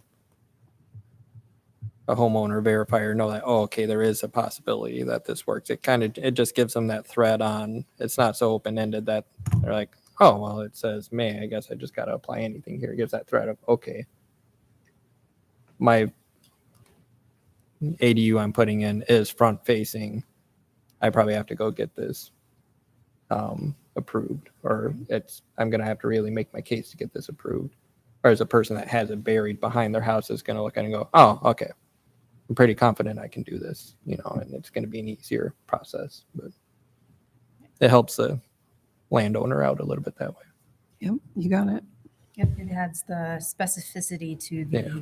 location and orientation aspect that we're not really defining Yeah. there. And adding a stoop type porch to a small building like that wouldn't be a great expense, I think. One other suggestion I would make, and if people think it works as is, that's fine. But just to clean up the many times we're saying garages and, I really think on where we have 10 that says garages and accessory buildings, that could just, since a garage is an accessory building, it could just say accessory buildings and in parentheses, including garages and ADUs. And if you put that there, we could cross off the start of every one of these sentences that says garages and. So that just says accessory buildings do not typically require a porch. One ADU may. Yeah. Accessory buildings are exempt from a 2-story requirement. ADUs already wrapped into that then. Accessory buildings are not required to have a raised foundation. Garages, ADUs, all of that's already wrapped into that. So it just cleans up a lot of extra times of saying garages and, since the garage is an accessory building, if that makes sense. That makes sense. I think there might be more cleanup throughout the rest of the chapter Yeah. to get all of that in line, because you can see Yeah, we use it 3113.8 elsewhere is there. too. Yeah, Yeah. yeah. And we do have in the zoning code garages and accessory. And it says garages and, As- yeah, so that's kind of, yeah.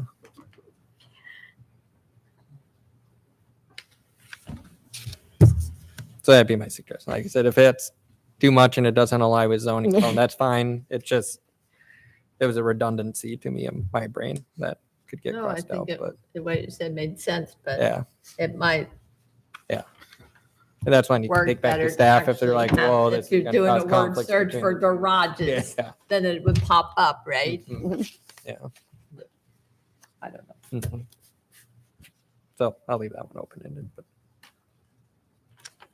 Okay. Are you guys on board with adding the phrase if street facing to K and N. I Is think that so, the yes. only like criteria that we determine generally?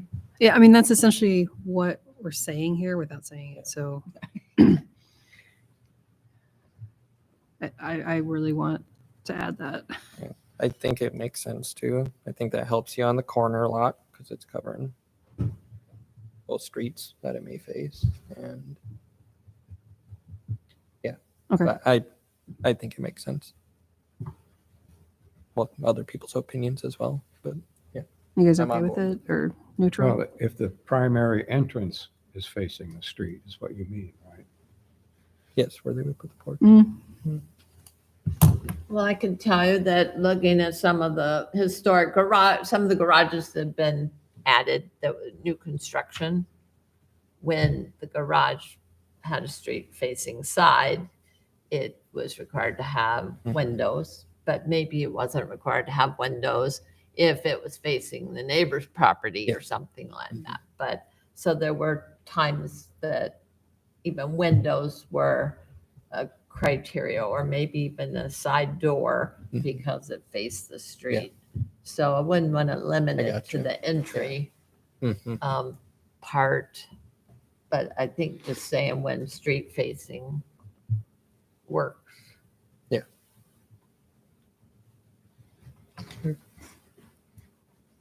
And it really is just street facing, right? Alleys don't really care about alleys. right? We don't consider alley Okay. street. They're not a street. Okay, so no. cool. All right. We've made it through. Any other comments before we wrap up that section? That was over 2 hours. Good. Everybody's good. I guess we probably need I guess we're not done with the section. We still need to motion on, I don't have it in front of me, the alternates that were provided. I believe alternative 3 was the one that was us providing modifications. Is that correct? Correct. Okay. Alternative 3 says recommend that the city council approve modifications to the proposed text amendments, chapter 31, clarifying the application of design criteria and guidelines to accessory structures and ADU. Okay. I guess on that case, I would motion that we accept alternative 3 and send the modifications that we just discussed to city council. I'll second that. Any discussion? Can I add, Yep. can I ask that point D, Mhm. the 2D, Yep. do we want to see how that turns out? The wording? For the, no? Me personally? I mean, I don't think I have it in. Mm-hmm. Yeah, me we to left that come up one with- to- open-ended, yeah. Yeah, to come up Mhm. with something on the spot.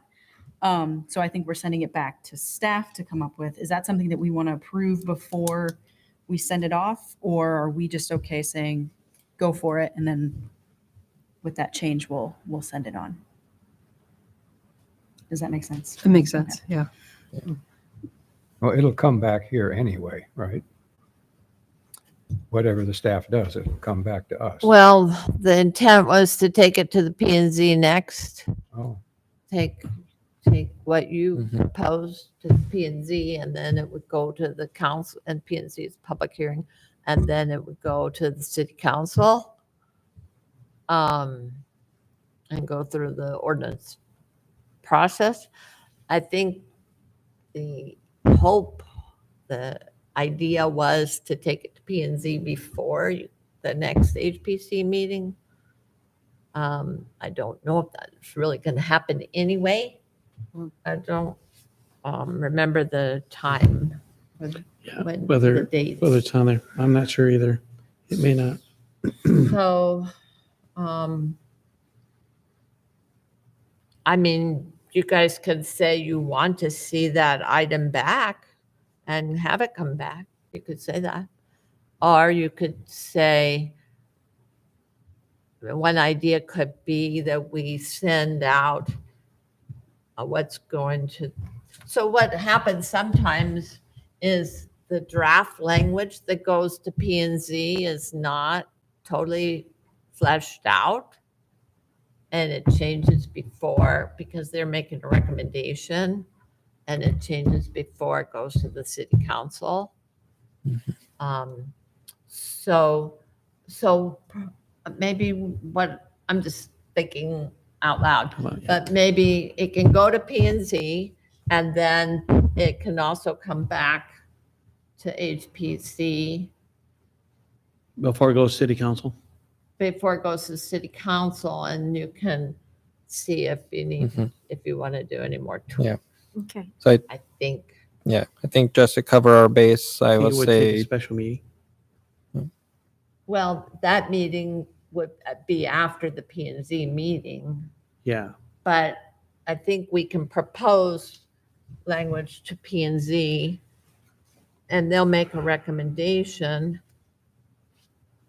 I don't know. I'll have to ask Kelly. Okay. Exactly.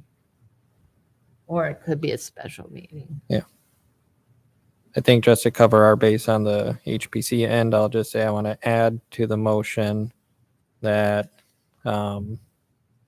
section 3110, paragraph 2,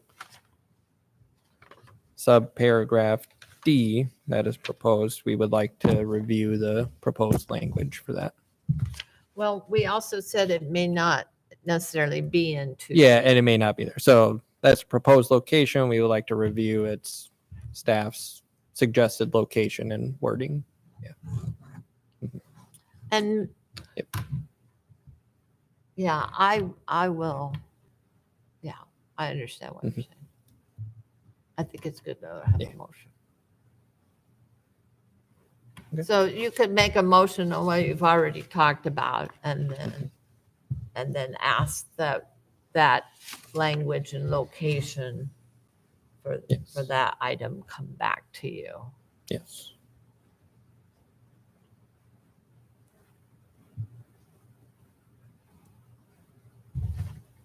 All right. Any other discussion? All good. So I think the motion still stands. So all in favor? Aye. Aye. Opposed? Hear none? All right. Awesome. Agenda item 6 is the CLG grant application update.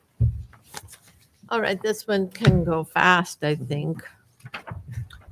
It's just to let you know that at the meeting on October 24th, the city council did approve proceeding with the CLG grant application for the nomination of Chautauqua Park Ridgewood Historic District to the National Register of Historic Places. The decision was largely based upon getting information from Devon Lewis and the ad hoc committee, their work to contact all the neighbors and to show that there was support in the neighborhood for this. And so at council's direction, staff will be preparing the grant application, sending the draft to the state, and then the final version to submitting by December 15th. It will also go back to the city council for approval before the final application is submitted to SHPO. Awesome. And the idea would be that the grant would help fund a consultant to be hired to do the nomination. Any questions? I have a couple of questions. So is the $4,000 cash match, is that added to the 12,000 for the consultant then Yes. to pay? So that's the required match, basically the cash amount. So the staff time, the in-kind match would not have to be, you wouldn't have to match it with, in kind. Well, Time. we need 40% in kind Uh-huh. and or cash in kind. So there's 20% for the cash and 20% for the in kind And then, time oh, okay, to okay. get to the 40%. That's because it's a 60-40 grant, which I didn't say anything about that part. Mhm. But basically, the total project costs would be about 20,000, and so the most that the CLG grant could be would be 60%, which would be 12,000, 12,000. and then the 40% would be, and we need part of that 40% to being, even though the grant would allow all of the in kind to just be volunteer or staff time. We need part of it as cash to fund the consultant. Is that Yeah, yeah, that's was what I I was clear? wondering. The, I was at the council meeting and there was a discussion about the amount of staff time for matching. And you're saying like 300 hours. I don't think it will be that much.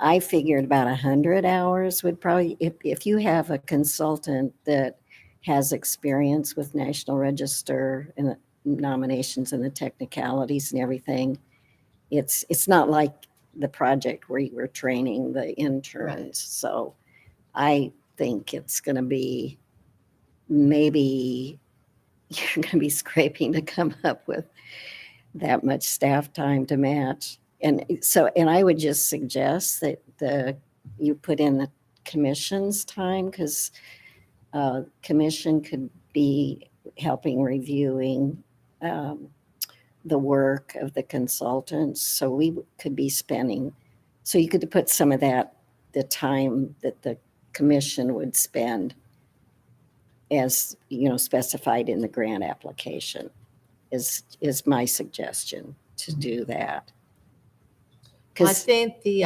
4,000 in kind staff time equates to about 80 hours. So not 300. not a lot, yeah. And so if it was more, if it was 100 hours of staff time, it wouldn't be a problem for Yeah, the SHPO. They don't care how much staff time you spend. What they care about is that you get it done, and that they're not going to give you more than they approve you for. So if they approve you for 12, you're not getting 12.5 or 13. yeah, okay. Okay, I just wanted to suggest that from, my experience with matching grants and stuff is, if a consultant is doing it, you shouldn't need to provide a lot of guidance or input Right, you should, review the materials that they submit, but right. as far as actual time spent doing part of the project, it's not, Right. I agree. yeah. That 300 hours was part of the numbers from the previous study. Right, I know. And And but that was a different project. It was so. a different project, and yeah, I agree. It's not going to be that much. Okay, I just wanted to clarify that, and I don't know if the rest of you care about the match issue or not, but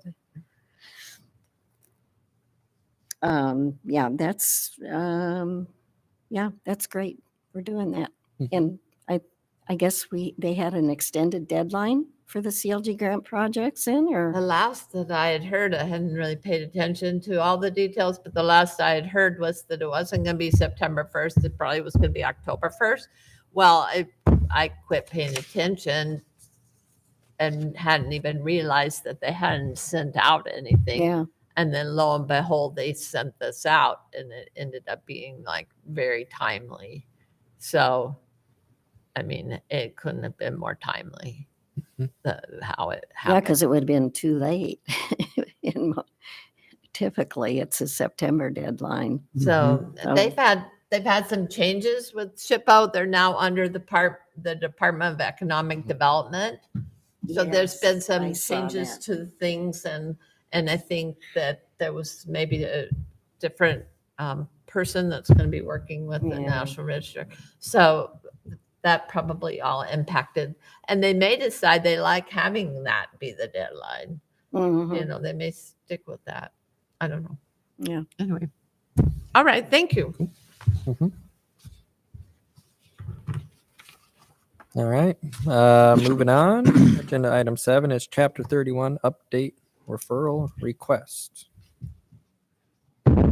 Yeah, the city council at their October 24th meeting considered work priorities for the planning and housing department. And one of those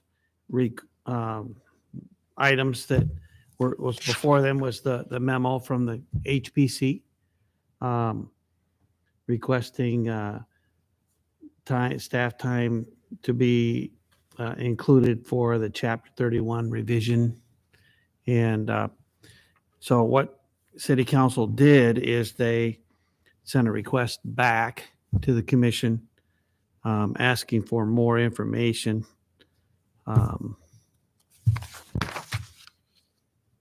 Additional information on why Chapter 31 needs to be revised. And they need an answer back by the end of January. So you could put together a response for the December meeting. You could even put one together tonight, or you could do it at the January meeting.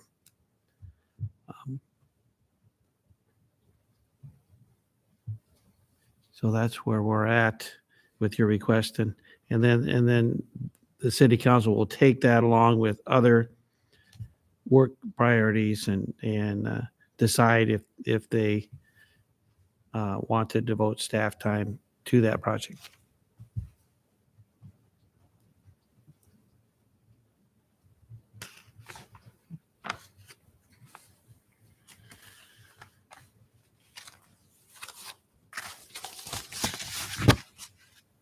All right.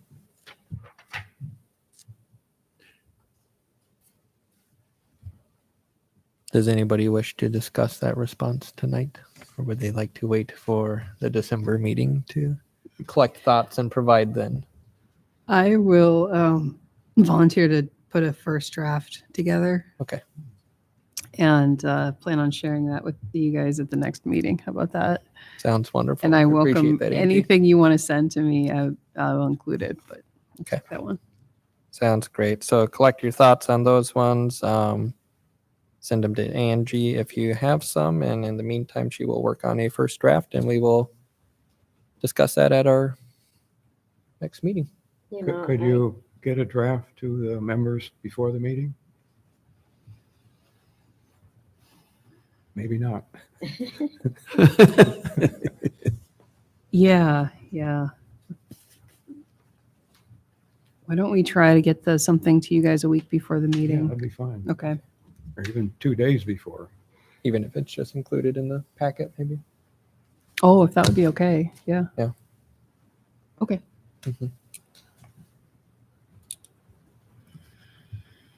Just might save some meeting time here. If Mhm. we did that.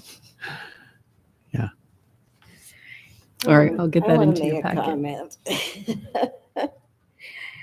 When I went to the city council meeting and the fact that staff was needing to spend 300 hours on an HPC project was horrifying to them. They thought that was way too much time.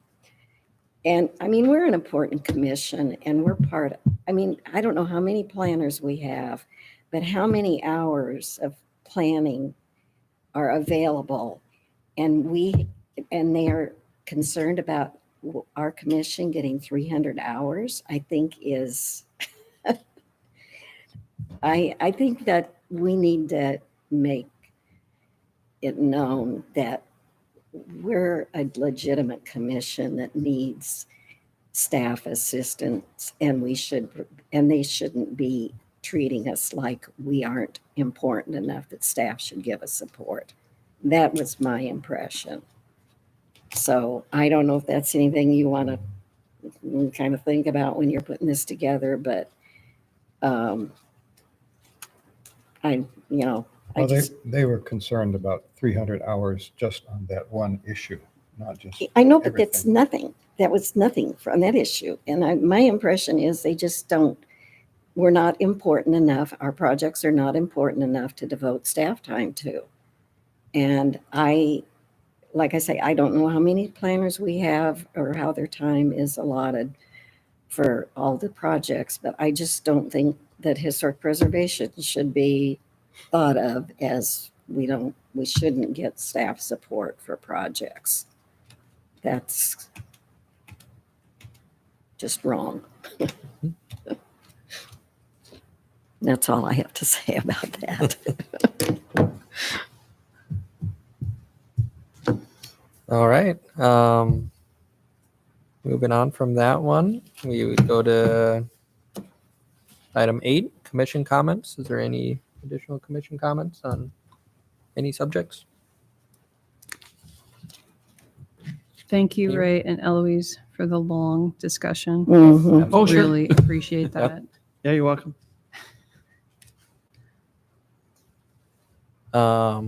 If no others, that moves us on to staff comments. Ray, do you have anything additional? At your next meeting, you'll be talking about the work plan for 2024.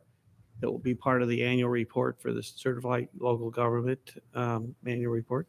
And we'll send out some information ahead of time. We'll send out last year's work plan, and we'll send out the goals that are in the historic preservation plan. And we'll send out the memo that went to city council too, because that has some things in there about you want to include in the work plan. So send those things out ahead of time so you can be looking at that, and we'll be asking you as staff what you would like in the 2024 work plan. Then in January, you will be talking about portion of the annual report that requires input from the commission. So, Okay. and probably recommending approval of the work plan, because that has to go to city council too. Yep. Awesome. So there'll be some other agenda items next time, and Sounds again in good. January, and we'll also at the next meeting talk about if you want to do an awards program for 2024. Okay.